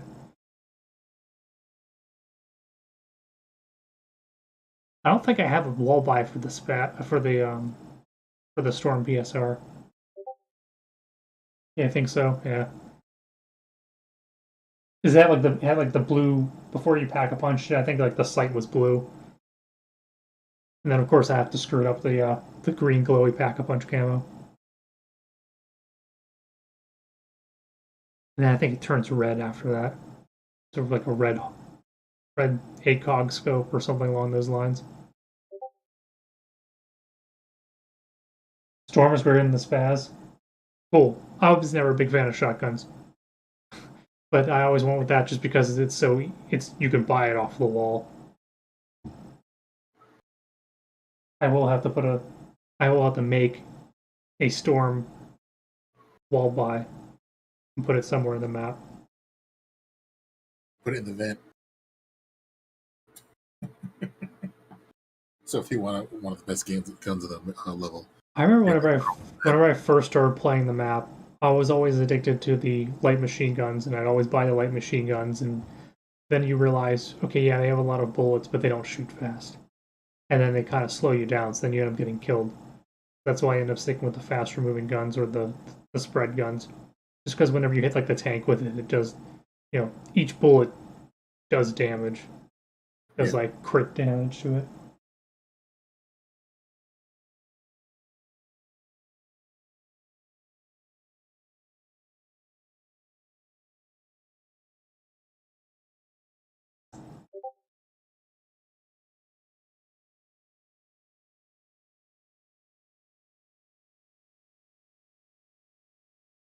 KRM. Okay, yeah. I don't have the KRM in right now. I took all the on disc guns out because they were messing with like the pack a punch features and stuff. But if I could find a way to get them to work properly with the map, maybe I'll put them back in. I mean, some of the pistols I probably need to take out, but I don't know. It's actually the map's getting to the point where it's so big and I don't have enough stuff to put in the map that I might have to just throw in junk places like wall buys for different guns and because I think I've already used some of the guns. I already have 2 wall buys. I already took out a lot of wall buys. If you end up getting the Tesla gun, I'm pretty sure all it does the entire health of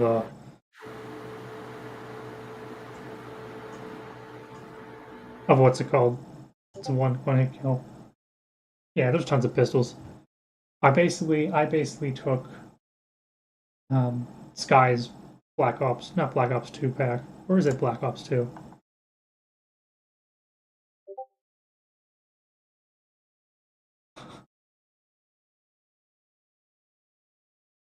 Yeah, really the only pistol I kind of like is the Remington. I actually have that as the spawning pistol at some point in time because of it was being a revolver, which is the gun that Revolver Ocelot, which is the type of gun that Revolver Ocelot uses. He uses like the single action army kind of gun, but that's kind of why I like that one as well. I know people are a big fan of the Mauser, but like I said, that's not good against the boss enemy, or that's not good against it. It would one shot like the Panzers and stuff on Origins, but as for like the way that I have like the tank and the Shadow Man coded, I don't think it's too good for those kind of fights. The only thing that's good for those kind of fights are spread guns. The I'm sure since the Brutuses are coded to be actually enemies, they accept different kinds of damage differently, and depending on where you shoot them. So I'm sure that all guns would technically fare better against them or not. But yeah, let me go back to times 15 though. I should probably. I mean, I definitely want to knock that down.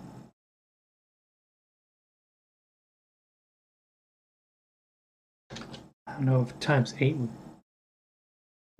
Let me do the math here. Divided by 12. And maybe times 8. Yeah, let me actually go back to this number. You were around 28. So let me assume what around 30 would be like by adding 2,000, by adding 4,000 before the multiplication.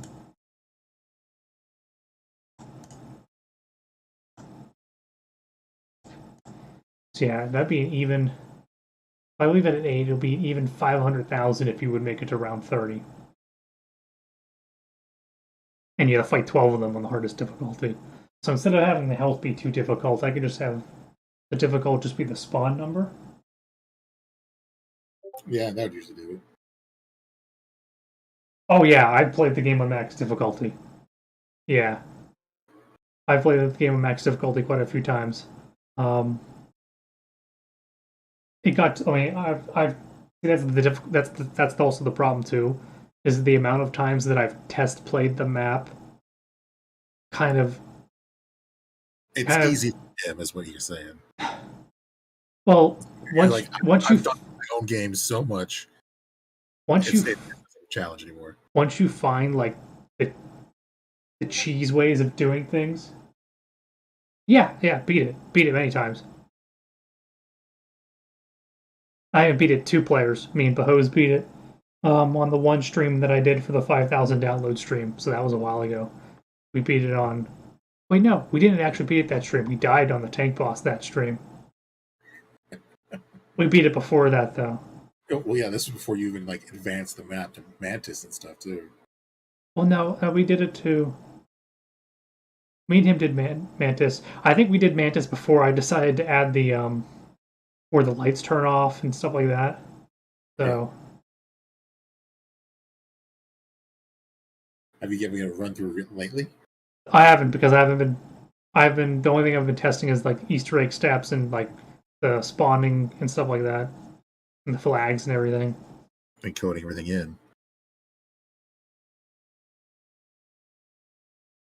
Well, I think you should do, like she said.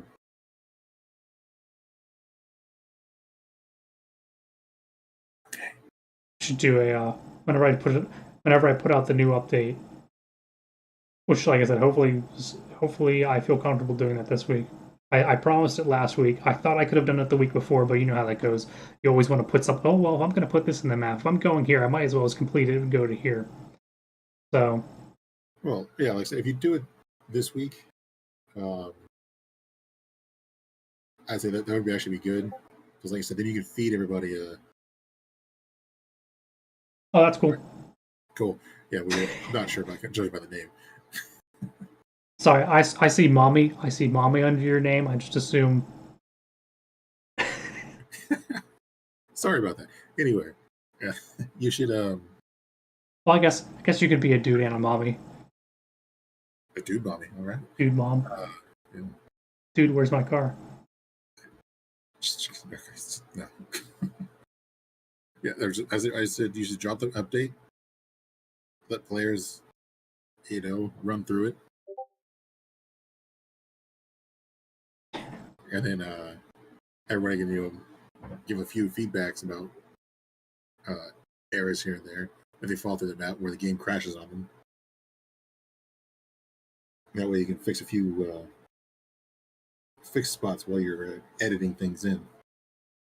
Not like boss stuff, but like you feel like adding things in or modifying things. Like I said, I am waiting for the release of the map, and then people, or like to kind of release where I'm at with the map right now, and then just to get the complaints about the map being too big.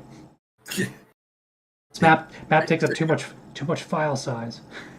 Taking up half their freaking disk space on their SSDs. Although I do kind of like, because I don't think I think it's right now. I think it's been up to almost 2 months since I put an update out. So I kind of want to put something out just like, hey, this is what you can look forward to, and the people who've actually played Metal Gear will be like, wow, the whole map is actually technically here in some form. It just needs to be detailed and fill it out and everything. So yeah, that'd be nice to do.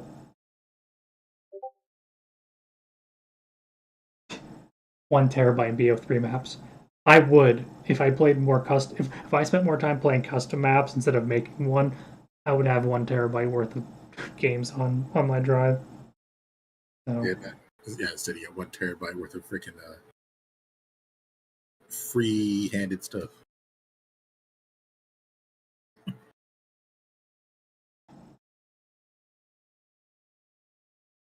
Okay, so I'm gonna knock the health down to 8.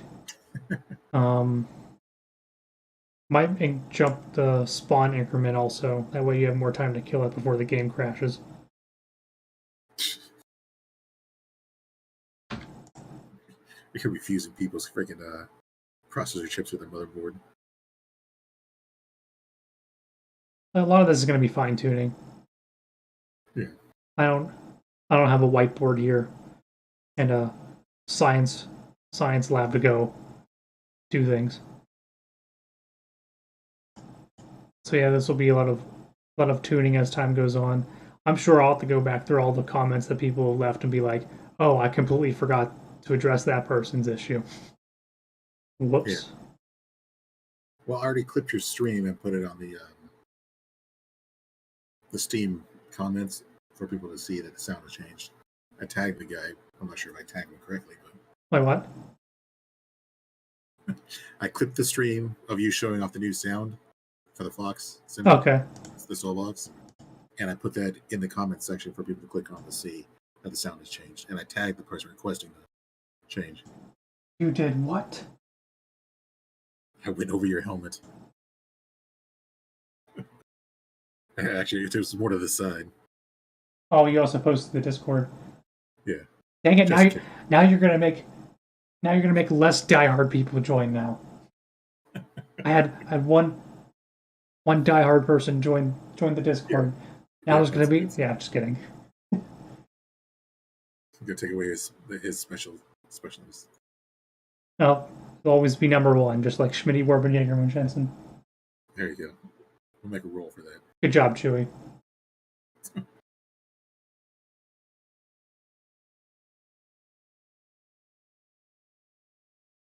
Tilting fiddle, man. The amount of memes and references that need to be put into this map, that there's just not enough time in my lifetime to do it. Yeah. He played us like a fiddle. Oh man. I'd scrap most of the custom perks. I don't know. That's also one thing too that I also don't get is like the perk limit starts at 8, but if you shoot those frogs, it increases. And then if you're playing on normal difficulty, or I think if you're playing on Ride and Revengeance or lower difficulty, you get a perkaholic for beating the tank, and you get another perkaholic for beating the Psycho Mantis boss. So I mean, and then just the amount of points. I mean, maybe what I'll do too. Maybe I need to put like some sort of thing where you can spend points to buy perk slots, just in case if you don't feel like doing the shootable Easter egg. So that would probably work too. Just make him like a punishingly high points.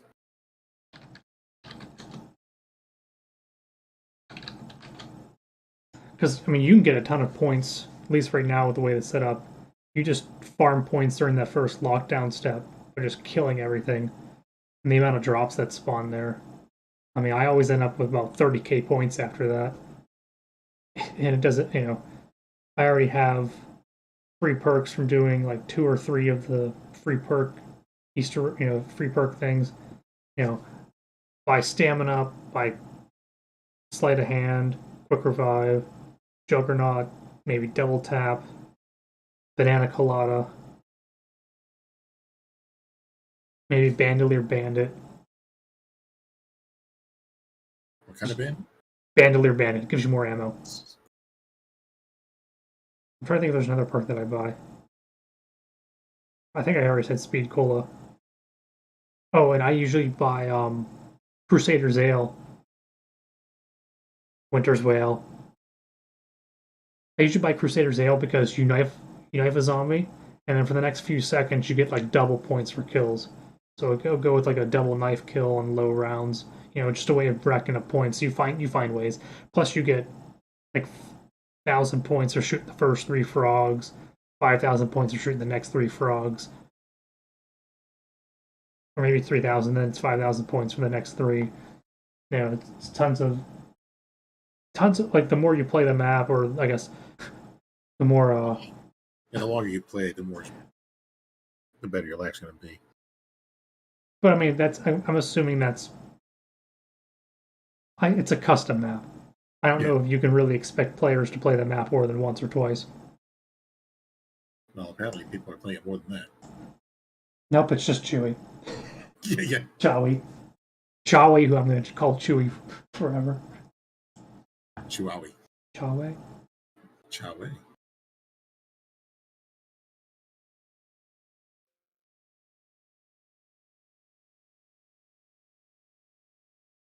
What I'm not looking forward to is going back into Blender and trying to learn and try to get the models to work correctly.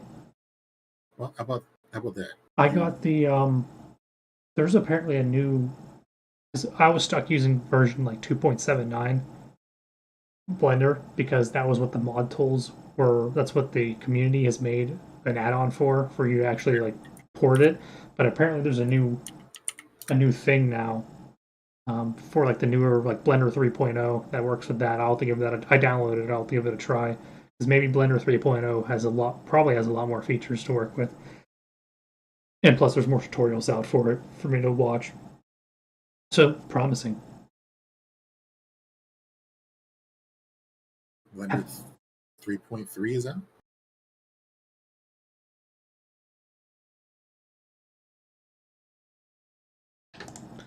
All right, I'm gonna leave it at this. I'm gonna save my code that way I don't lose my updates.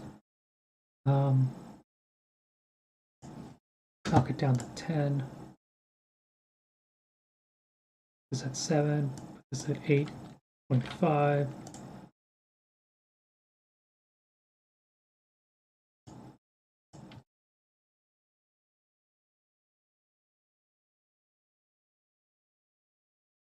Like I said, there's probably tomorrow whenever I get back from work. I'm probably gonna be like probably gonna pull up the list and be like, this is getting done today, Yeah. and then yes, that needs to be fixed. That only happens, I think, on the hardest difficulty. Oh, so you made it like old school. Like if you leave a certain area and then you come back, the enemies respawn. No, I think what happens is That's fracked up, man. I'm thinking that the function isn't working properly. So I tried to do like it's a weird waiting pattern. I have it wait. I have it wait a certain set variable plus I. I is the amount of spawns total. So like it waits one more extra second longer than the last time it spawned. That way it gives you just a little bit of breather extra in between it. And I think somehow that number gets above. I'm gonna have to rework that entire first lockdown, like the numbers and stuff like that. So that'll probably take longer than the half an hour I have left today to stream. Let me at least go into find it in the code here.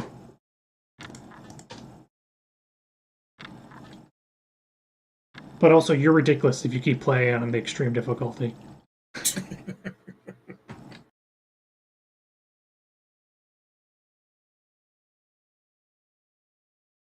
Well, I can't say ridiculous. You like challenges too much. Yeah, a glutton for punishment. And I can't say anything because I don't even own the game or play it.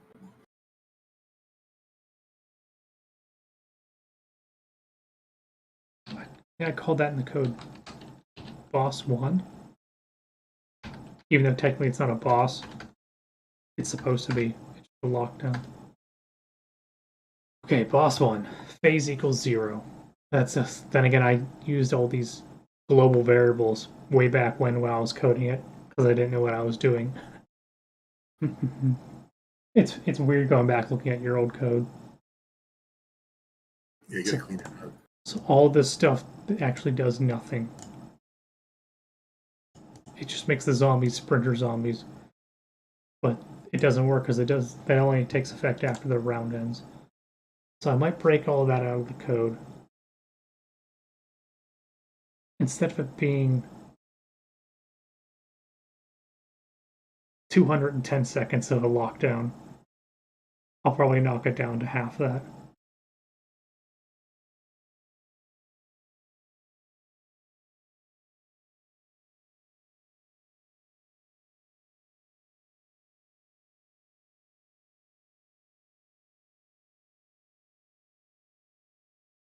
I wonder if the explosions, too many explosions, because it gets really, really impossible to see in that room sometimes. Sometimes. Even with the streams you showed me, that thing was devastating.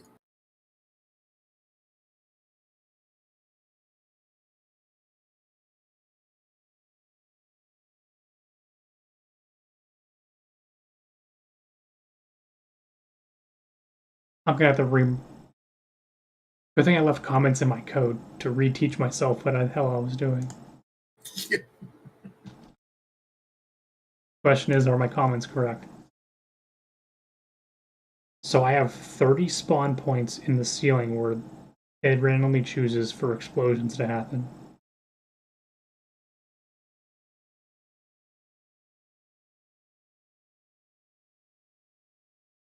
I wonder if he would give a long veteran, a coder, a screenshot of your code if you would give them he would, yeah, he'd probably stab me. They just start bleeding. Start Yeah. bleeding from the nose and out, the nose and eyes.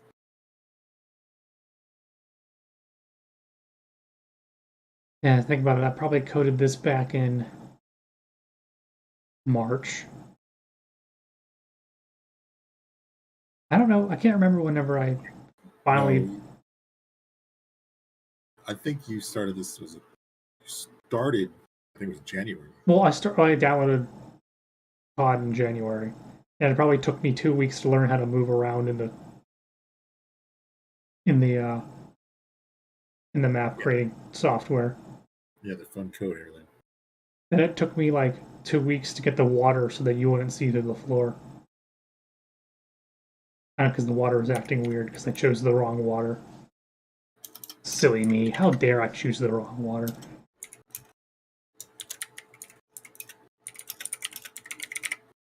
Alright, so this for loop is kind of ridiculous. What do I have rate at being? Oh, so the rate is different depending on what difficulty the player chooses.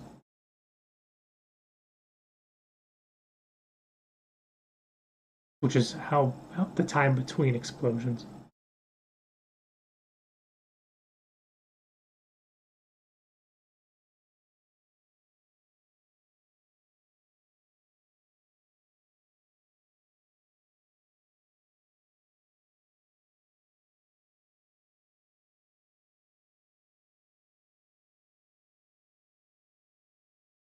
Which bosses keep respawning though? If that's like The Brutus bosses, okay. and that's because Yeah, like you said, the code. It's not reading how it should be. Red Boss 1 Brutus players. Where is this script at? Where the hell did I put this script at? Here it is, Boss 1 Brutus players. Player count start equals 30, so see here. Start equals 30. Start is the first time a Brutus spawns. Increment is how many seconds after the first spawn, or how many times between spawn until the next one spawns. And health is the starting health value.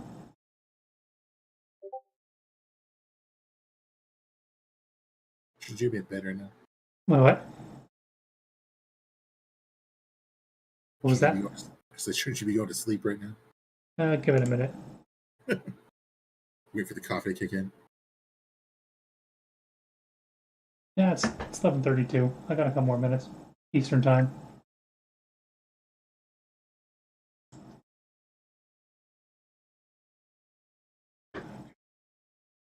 Let me think here. So I'm gonna have to change all this because I probably want to make the lockdown not last 3 minutes. So I'll have to adjust the song for that, which is fine because I have to adjust the song anyway for the whole copyright thing. Let's see here.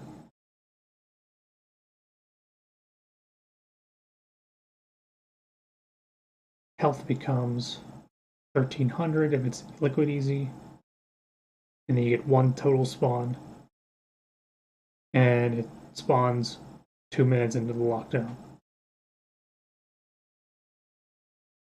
Increment doesn't matter because it only has 1 total spawn. What gets crazy is on the boss extreme, you get 21 total spawns. 21 total spawns starting at 10 seconds, and they spawn every 10 seconds, which I don't think works because this for loop happens, and it's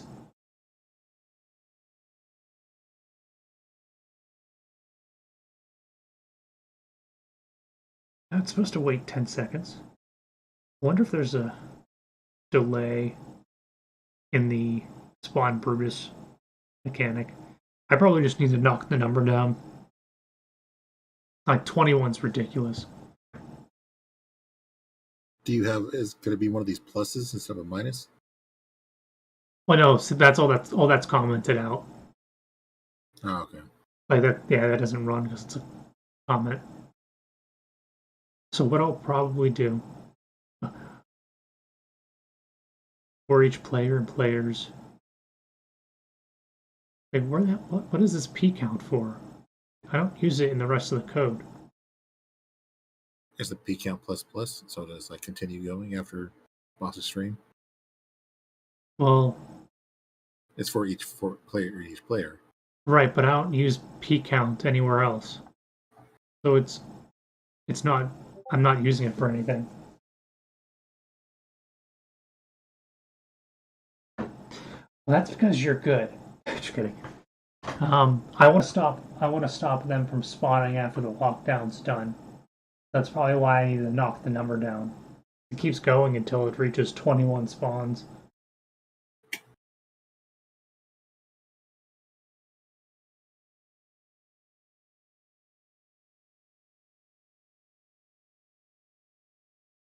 And it's on hard difficulty, it's only 14 spawns. So,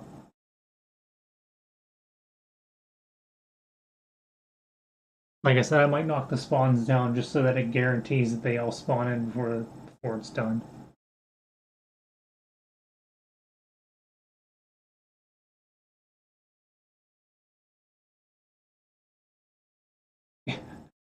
You're almost making me want to put in like a hidden difficulty.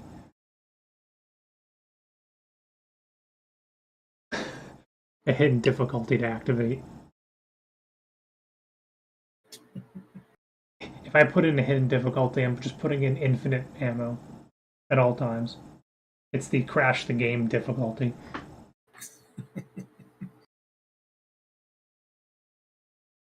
I think I accidentally had. I'm not sure if I sent you that picture whenever I had the Brutus spawns being broken, where it was just infinitely spawning Brutuses forever, to the point where there were so many Brutuses that it crashed the map because it was above the entity limit of how many things could be active on the map. They filled the entire like heliport area. It was ridiculous. Like I do want to get some other boss zombies working too, but I don't know how they would fit. I figure like they might break some things. Oh, first off, they don't run in the code because I'm probably missing effects and AI and stuff and implementing them properly. But I almost need to like play the lockdown, first lockdown on extreme, and just do it in God mode, and then just count the amount of Brutuses that spawn before it fails, like before it's done. You're like, okay, I'm gonna make sure it's not higher than that number. I almost want to just knock it down to 16, because I feel like it spawns at least 4 after the lockdown's done.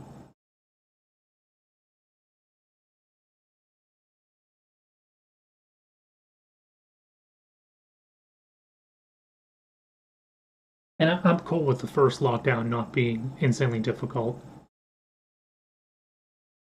because I'd rather players make it past that, because at least then they feel like they've made progress in the map. Because that's really the first challenge. You know, you got to tease them a little before you slap them in the face. Yeah.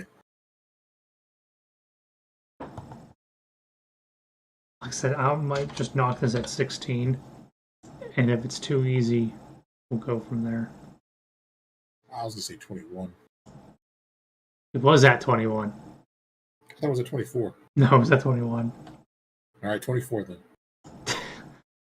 Uh, Just turn 14 into 21, and then boss is train 24.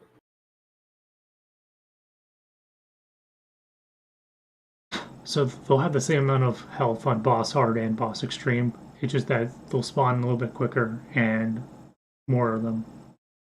Well, make it spawn even faster. Make it like 8 seconds spawn time. I don't know if I trust that though, because the math was supposed to work the way that I had it working, but it doesn't work. The math's wrong. But it's a universal language. I greater than amount.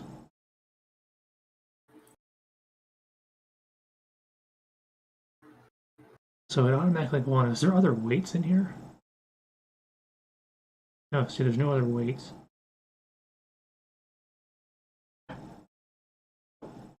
Yeah, there's this wait start. The wait start was 10 seconds, and then it would spawn every 10 seconds after that.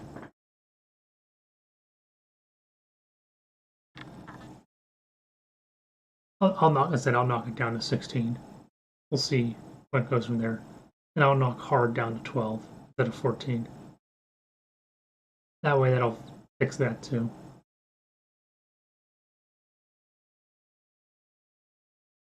And then if I find out the other difficulties do it, I'll have to fix them. All right.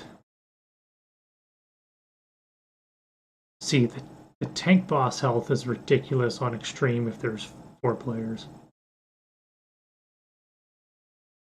Because everything with the tank boss is insane on 4 players. It shoots like every 4 seconds at a random player. Basically killing them no matter what.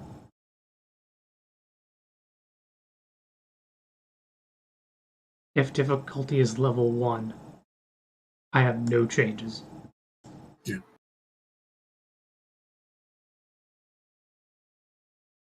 Because I coded it for normal difficulty and then adjusted accordingly.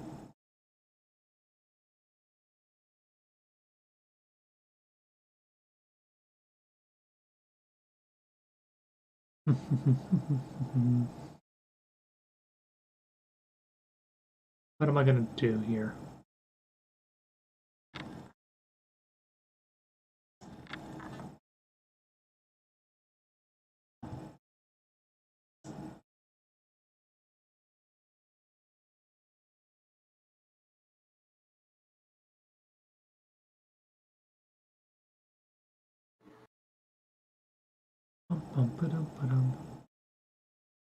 Okay, here we go. As my eyes actually went back into my head, my consciousness came back after looking at this code. So in difficulty, it's health, it's triple health, triple H. And then it cuts the reload rate by to a third, yeah. So it cuts 2/3 of the reload rate out, which is ridiculous. Where is my player count variable, though? All that happens after the player's number takes effect.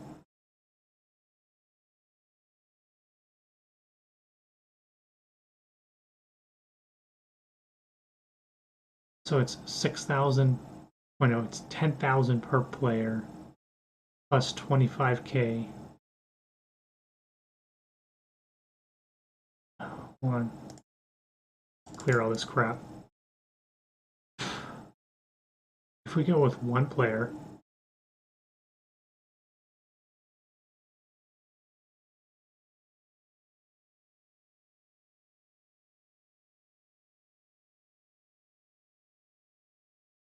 zero times 10,000, so it's 0 plus 25,000 is the default. And we go to multiply that by 3. So if you're playing single player, the tank's got 75k health. And it takes a random number of damage between 40 and 66. Plus it's got the shield.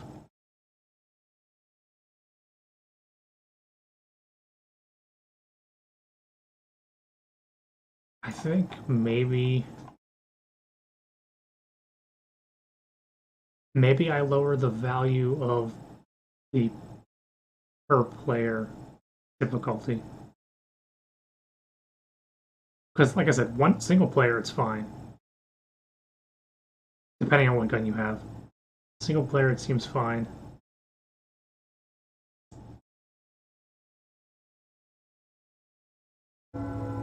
But there's some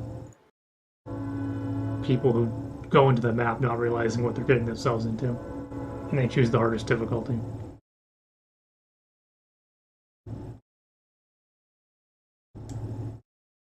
Maybe I'll leave the health up high. No, you see, because it has a shield, though. Like, I don't need to go too crazy with the health if it has a shield.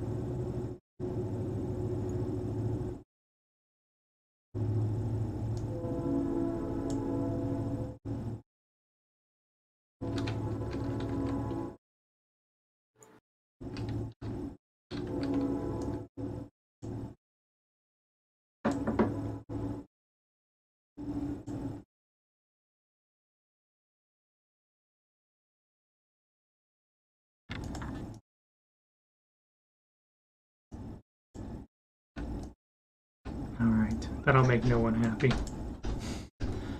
We'll do that. I'm just tacking the multipliers down just a tiny bit. For now. Yeah. To be fair. Chewy over here beat the game. Like, oh, now this is too easy. Yeah. Then you're going to be like quadrupling them. Well, if it gets too easy, I'll just have to make the next bosses that add to the game harder. There you go. That way players feel like they waste more time, but they want to come back even more. Yeah. Just have boss extreme. I'll tell you what, though. The first levels, you immediately fight the Rex. I'll code it. I'll code the map that if your username is whatever Chewy's username is, it makes it harder. There you go. There is code for that somewhere. I'll find it. I'll put that way down the list, though. Like, I think they do that. Like, I think some coders will they'll see like the YouTubers, they'll get their names for like, oh, well, if it's this YouTuber, that means the first box spin is going to be the special gun that I made for them. Yeah. So they do have like those kind of things where you can get the player's screen name from the code and stuff like that. So I just make the first box. It makes the first box like the worst thing that you can get. How about I just make it so that if it's your username, it just instantly kills you at the beginning. There you go. As soon as you spawn in, dead. It's like you wanted it hard. You're gonna get it hard. The trick is not to move.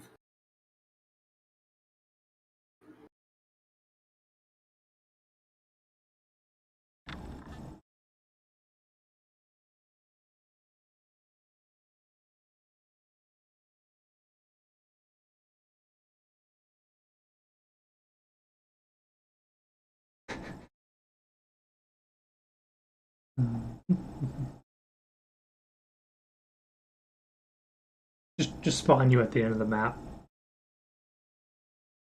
You gotta work your way backwards. Yeah, you gotta get through the bosses in reverse so you can then progress forward.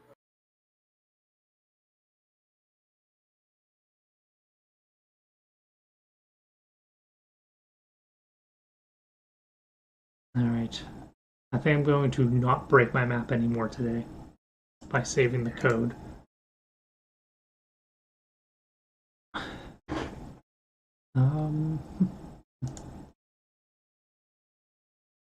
I'm gonna have to clip these tomorrow so that the zombies don't walk through them, and so the players can't walk through them.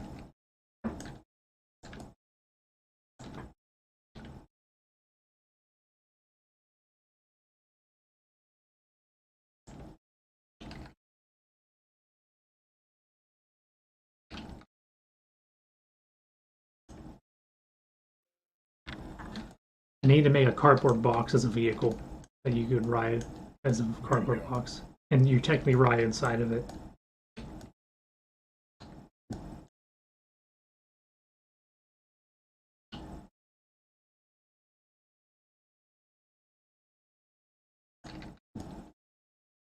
I don't know. I don't know if I want to do. Like I said, I'm gonna go through some of this stuff tomorrow when I get home from work. Go through like the stuff that's above this line. See. I mean, I think I already nerfed this. I'm gonna have to test it, so I'll make it yeller. Test that. Lockdown 1 nerf, test that. Extreme health nerf, test that. I'm going to go through some of this stuff that's above this line here. See if it's something that I feel like I can get done within this week, and this weekend. If it is something, I'm going to work on all of them, get them all completed, pump out the map, regather myself, and then work on everything below this line. That's all you're playing. Yep. You want to put a second line in there? Wait, what? So you want a second line in there? For what? Like, so just in case, stuff you can't work on or won't go through, you just put a line above those things so that you can, know that you need more time to focus on it. And yes, I'm purposely confusing your own work right now. Rigify, Genome Soldiers, and Rex. Screw it. That's on the bottom of the list. Screw it. Rigify High D. Rigify Rigor Mortis. Sniper Wolf. And Vulcan Raven. Which I won't be able to do. Then I gotta figure out how to get the... Well, if you can get a Juggernaut into the game as a zombie, then you can have Vulcan Raven. And then I need to rigify Snake. Which I would have to model Snake, because I don't have a model of any of these people. I'll be able to get a model behind D. Sniper Wolf, I don't know. It's going to be circles. It's just a snowman. It's just you fight a snowman with a sniper rifle. No, you do the Medal of Honor thing, the original, back in one of the original ones, where you get you get to fight one of the dogs. Oh, like where you have to stab them because they jump on you? Yeah, no, the original Medal of Honors, back in God, I'm showing my age, in the 90s. One of the levels became Wolfenstein-like. It was like a bonus level or whatever, and you weren't shooting Germans anymore. You were shooting German shepherds with rifles and grenades. They're like on their hind legs shooting at you. Oh, yeah. It's like the Deer Hunter games, where the deer hunt you instead of you being... I know the old Deer Hunter games. You'd hunt deer, you'd rub stuff, but I think they made like spoof versions of them where the deer actually hunt you. Yeah. Or you play as the deer hunting people. Yeah. They also made it a multiplayer skin too. You get enough headshots by knocking out helmets off of players without killing them. Then you can unlock the skin to play as a dog.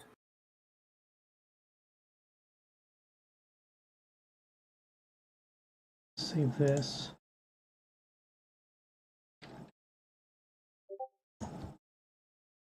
That way you can be your boy. Lockdown around 32.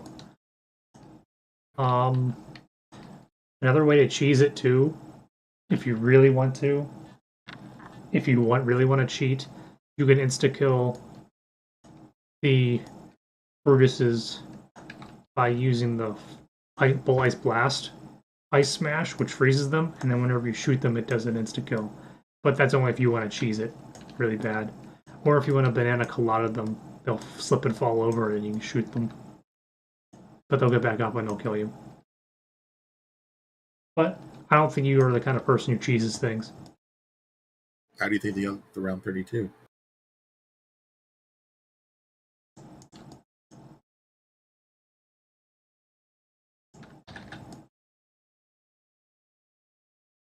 All right. Focus. The what blast? There's the Bull Ice Blast perk. You need C4 to get to it. If you don't get it out of the Wonder Fizz, it is on B2 of the Or tank hangar. It's to the right after you get out of the elevator. Well, I ain't doing that. It's a cheese thing. It's not coded properly. Like I said, it freezes the zombies to a one-hit mode, which also works on the boss zombies, aka the Brutuses. I don't like the well. Yes, the Wonderwaff does do 1,000,000 damage. So if you have the Wonderwaff, which I may or may not have taken out in the new patch. You cut out right there. Yeah, my game's frozen. Am I back yet? Nope. I'm not back yet? Cool. You're good. You're good now. So, yeah, the Wonderwaff does 1,000,000 damage. I think I might have taken that out, but I probably shouldn't. So, now I gotta add that to the other things that I have to do. Learn how to rig and model guns and make a railgun, electric shooting railgun. There you go. Yeah, after you defeat Rex, you get the cannon. Now I want people to have to do things to collect the parts and build it, and then I want it to be so overpowered that it's ridiculous. It just clears the entire map. I did want to make like a specialist weapon, which I don't know how to do quite yet. Basically, make it the katana blade, Ryan's blade, and make it have you run like insane speed with the blade. But then I figured people might find a way of breaking the map with that. Oh yeah, because the collision won't be able to deal with that. Players will run so fast they'll somehow get to a zone, like walk through zones and hit a death barrier because of it. Because they're going too fast.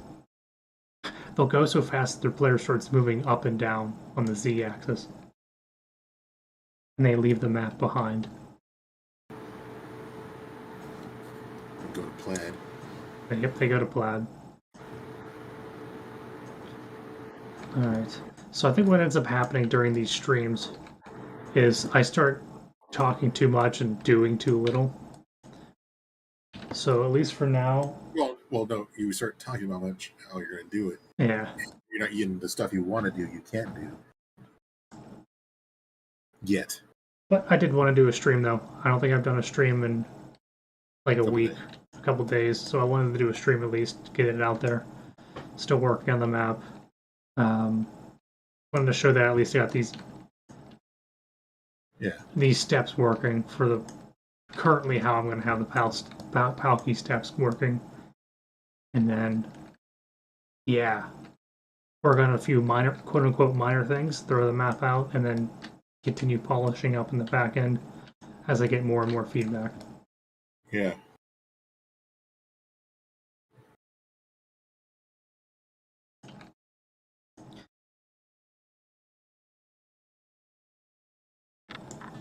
Let's see here.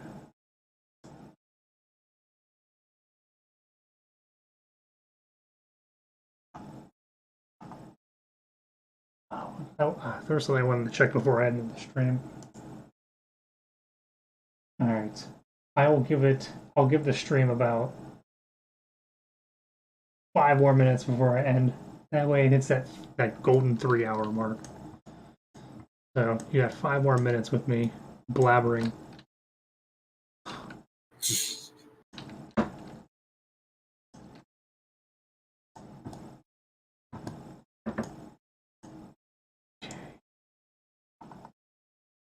So yeah, it's probably going to be me mix and matching with adding doodads and models into the map, clipping them, then getting bored with that after half an hour to an hour, jumping back over to the code, fixing minor things, not quite fixing it, jumping back over, putting more models in the map, rubbing dirt and everything, make everything look all nice and dirty.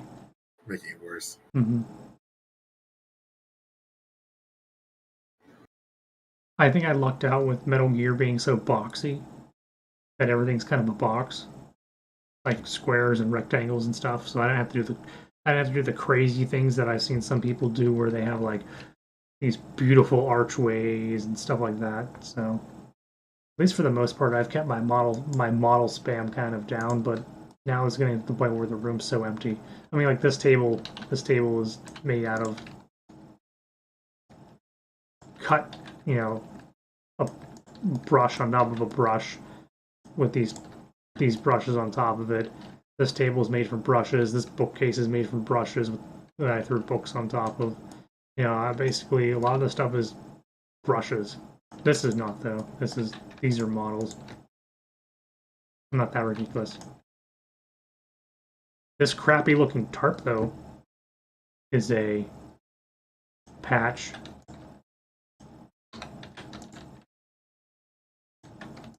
It's actually two patches, because patches are only one way, like one surface. Like if you go under the patch, you'll see right through it. So I had to make a patch and then copy the patch and invert it so that the bottom side would then have a texture. Yeah, I had to basically click and drag each one of these stupid points on this thing. Oh no, I just copied it. So yeah, each one of these colored dots had to be adjusted.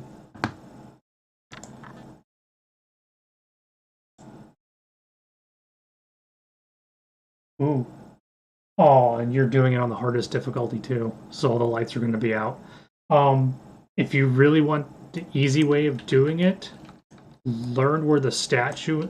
Have you done the fight before? I would learn where... Here, I'll go into it in the game.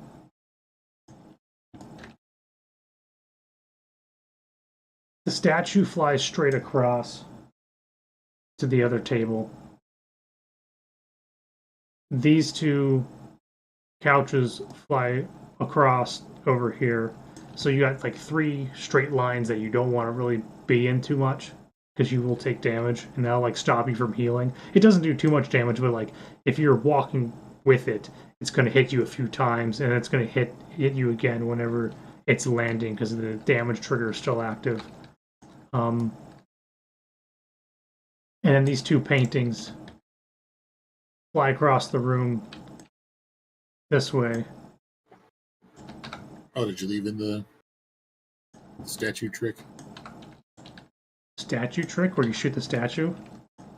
It doesn't fly? No, I didn't leave that in. No, I mean like from the original game, because like if you didn't plug the controller in, you know, he could read your movements. Right. But so there's 2 or 3 statues in the room, mm-hmm. And if you just destroy those statues, they're wearing gas masks, but if you destroy the gas mask, it reveals his face, mm-hmm. and that screws Mantis up mentally, so it allows you to start damaging because he won't read your mind anymore. Okay. So what I usually typically do... Yes. So it's like story time. Story time's over. Thanks. What I typically do during the boss fight is you just did it. You just light them up. It didn't go dark. Interesting.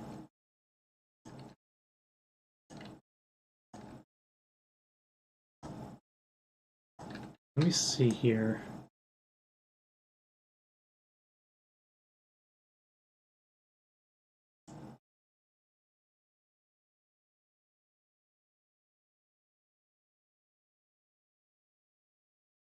This is lighting state 3. With the spaz, yeah.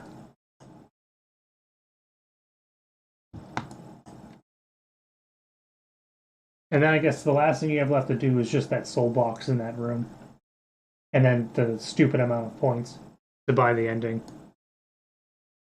But if you do all that nonsense again, after I release the update, You could do it even further in the map. full blackout. There are tons of things that I want to do with the boss fight. Like stuff popping up on the HUD, random error messages, and stuff like that. So there are things that I want to eventually do with this boss fight, because it's supposed to like mess with your mind a little bit. And I also don't want it to be too dark, because then players are going to get killed by things they can't even see. So, I don't know. Purple light helps you find them. Yeah, like I said, it's going to be a lot of tweaking. Just like the character from South Park.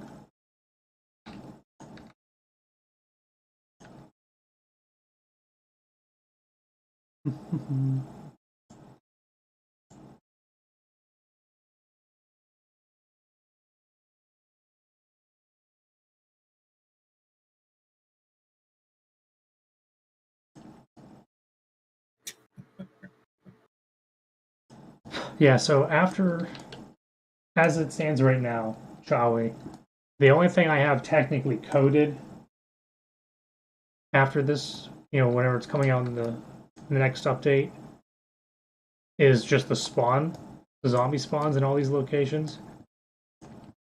In all these locations, and then just basically the PAL key step at the end, where it's basically stand in this area to make the card colder, stand in this area to make the card hot. So I will have to work on more stuff to do. Like I said, helicopter boss fight on top of these towers. After you beat that, you go down to the sniper wolf boss fight in the snowfield. Go through, do the elevator thing that we're gonna do.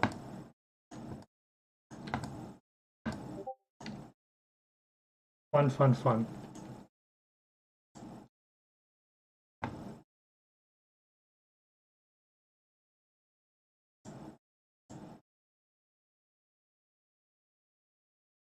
Better be able to pick up this book in the next update. I don't even know why I put a book on that table.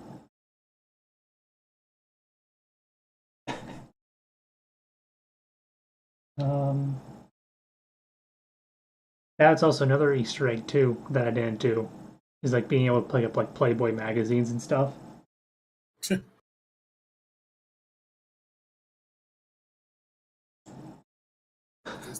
That's not safe.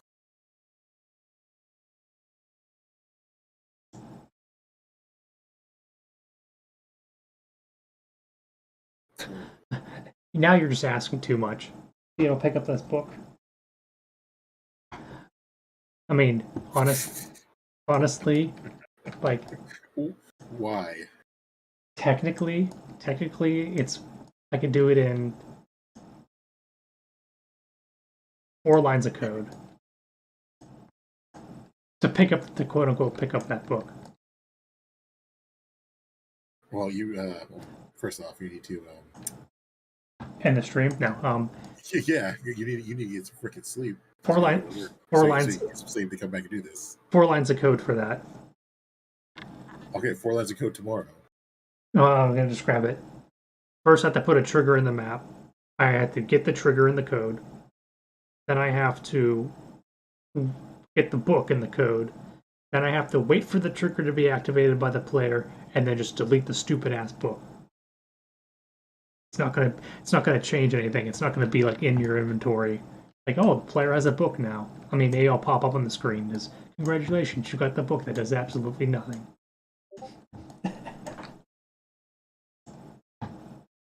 Worth it. 4 lines of code will be worth it. All right. Is it gonna do anything? Is it gonna give you another perkaholic? No. It's just a book, man. It's like it'd make people guess, like, what the hell's the book used for? And it just never has a purpose. Alright, Easter eggs it is. Just completely useless. Who knows? Maybe I'll do something silly. The book is required for some reason. What can I do with the book? Stretch just carries his notes is all.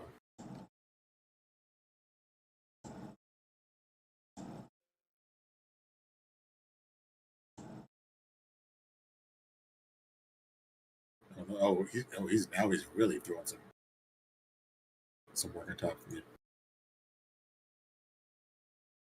Yes, that is stuff that I want to do. That is definitely stuff that I want to do. That's a little bit more complicated.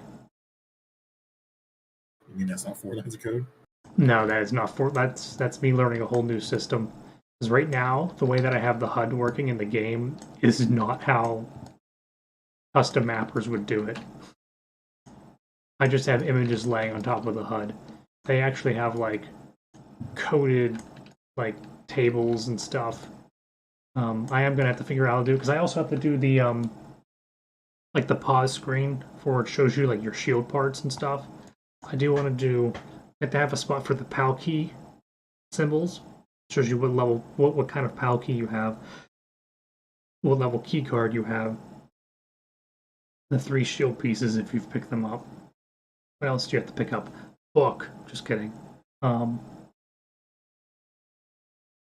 you're not kidding now, are you? Yeah. What else do I want to do? There's other things that you pick up in the game. Cigarettes. No. There you go. Change it from a book to a pack of cigarettes you get picked up. I wonder if there's other things that I'm going to put in. Like I said, there's always the cute Easter eggs. Do you have cardboard box A, B, or C? Which I don't have in the game, or do it, or them doing anything.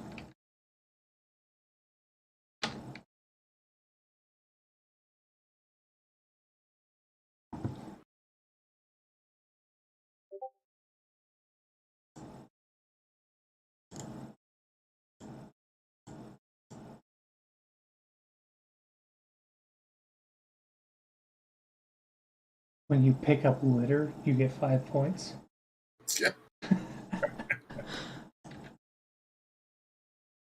Oh man, now I'm just thinking of Metal Gear Solid 4 where you had those cutscenes when it was downloading the next chapter for like an hour or two.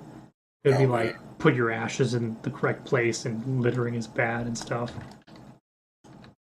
Or the game would yell at you, as like, you've been playing for 24 hours. Consider taking a break.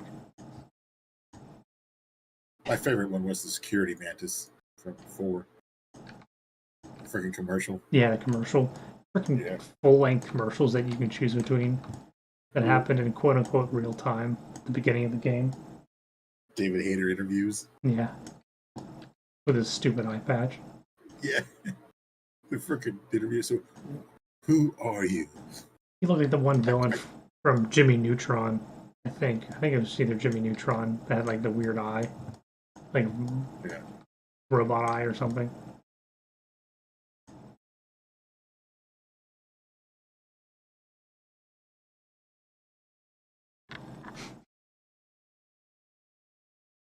Pick up litter for 5 points. You don't do anything with 5 points. See, that's also another thing too, is like the Psycho Mantis boss fight. Like, it keeps track of like in the game, in the Metal Gear game, if you have certain save files on your memory card, he'll say certain things. And there's certain things that happen, like if you get less than 10 alerts by the time you get to the end of the game, like a rat will eat the PAL key or whatever, and I don't know if that means you have to go chase it somewhere or whatever happens with that. But there are certain events that trigger. Maybe like I'll find a way to like it'll make like a boss easy or take away an ability or something if you pick up the book or if you pick up litter. Just stupid, silly things that I can throw in at some point in time. Oh, you're right. You said lower the damage that this thing does. So let me do that before I end the stream.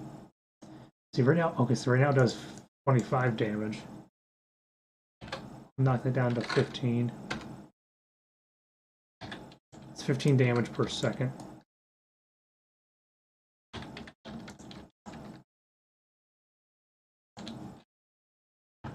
So that'll allow you to take more hits. Make it a little bit easier. Who knows, maybe I'll make it infinite spawning zombies during this step too. Like I said, a lot of this is going to be trial and error, test, test, test. People say it's too easy, people say it's too hard. And then try to split the difference. Then who knows, maybe I'll make difficult, because right now difficulty doesn't play in, like the difficulty choice at the beginning doesn't play into effect with any of this stuff. So, not yet at least. Just the boss battles and the health and the boss stats and everything. Maybe I'll make it affect zombie health sometime soon. that I don't have to make everything else harder. Because the zombies themselves will be a little bit more difficult. But let me save this. I will work on some of that stuff. I will have to get the...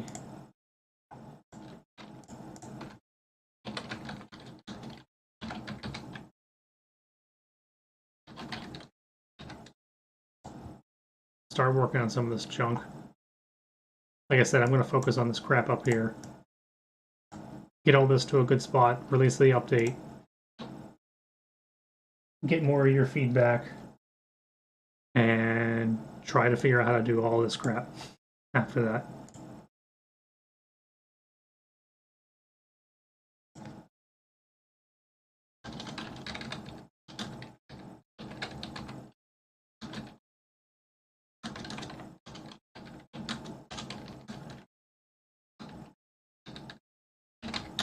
Oh, quotes. Yeah. The other thing, too, is I can have you pick up stuff around the map and have it play quotes. That's always a nice way of throwing Easter eggs in. Even if it doesn't really have any function or anything. Alright. Well, before I end up streaming for another like 4 hours and get nothing done, I'm probably going to end the stream there. So, I didn't have to play music except for at the beginning of the stream, so that's pretty cool. So let me go out with something from... go with this one. The Escape song. Yeah, we'll go with Duel here. Actually, you know what? I changed my mind. We are going with the Escape one. It's a little more heavier.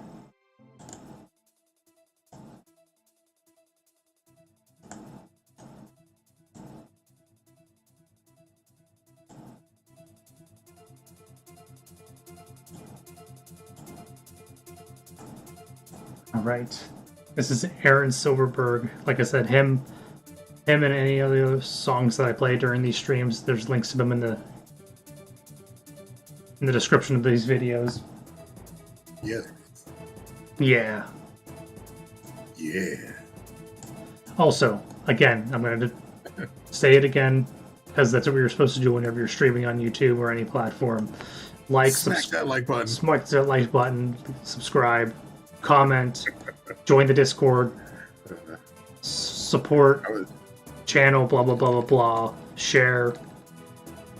I would do my best impression of the Hodge twins. Oh. You watch them? I've seen a couple of their videos. Yeah. It's damn good show. Good show. Yeah. Okay, yeah. Yeah, it's been good. It's been good. Yeah. Like I said, I didn't have to play music at all during this stream, except for the beginning and now the end. Well, because I was here to distract you from actually getting some work done. Yes. That's what you needed. You need that motivation. All right. So, link to the map in the description. Also, feel free to jump on. 17,581 people at this moment have downloaded the map. Again, like I said, subscribe to this channel. We're like 3 away from getting to the 20 goal that I set, so that's awesome. Although I feel bad though, is after I get this map out, it's gonna be me like, what the heck am I gonna do now? These people subscribed. Now what am I gonna do? Go to the next map. Direct them to my non-existent OnlyFans. Yeah, the Final Fantasy open world. I couldn't even imagine. That would be so, like, it would be zombies and not zombies at the same time. And that would be even more copyright, because I put every Final Fantasy song in that map. Alright, so I'm going to end the stream in a second. Again, like I said, thanks everyone watching this video now, watching this video in the future. And then also thanks for Chawi for testing the map live and for playing the map as many times as he has and giving feedback and commenting and, like I said, joining the Discord. So, until I see you guys all on the next stream or hear from you in any of the chat rooms or anything like that, enjoy.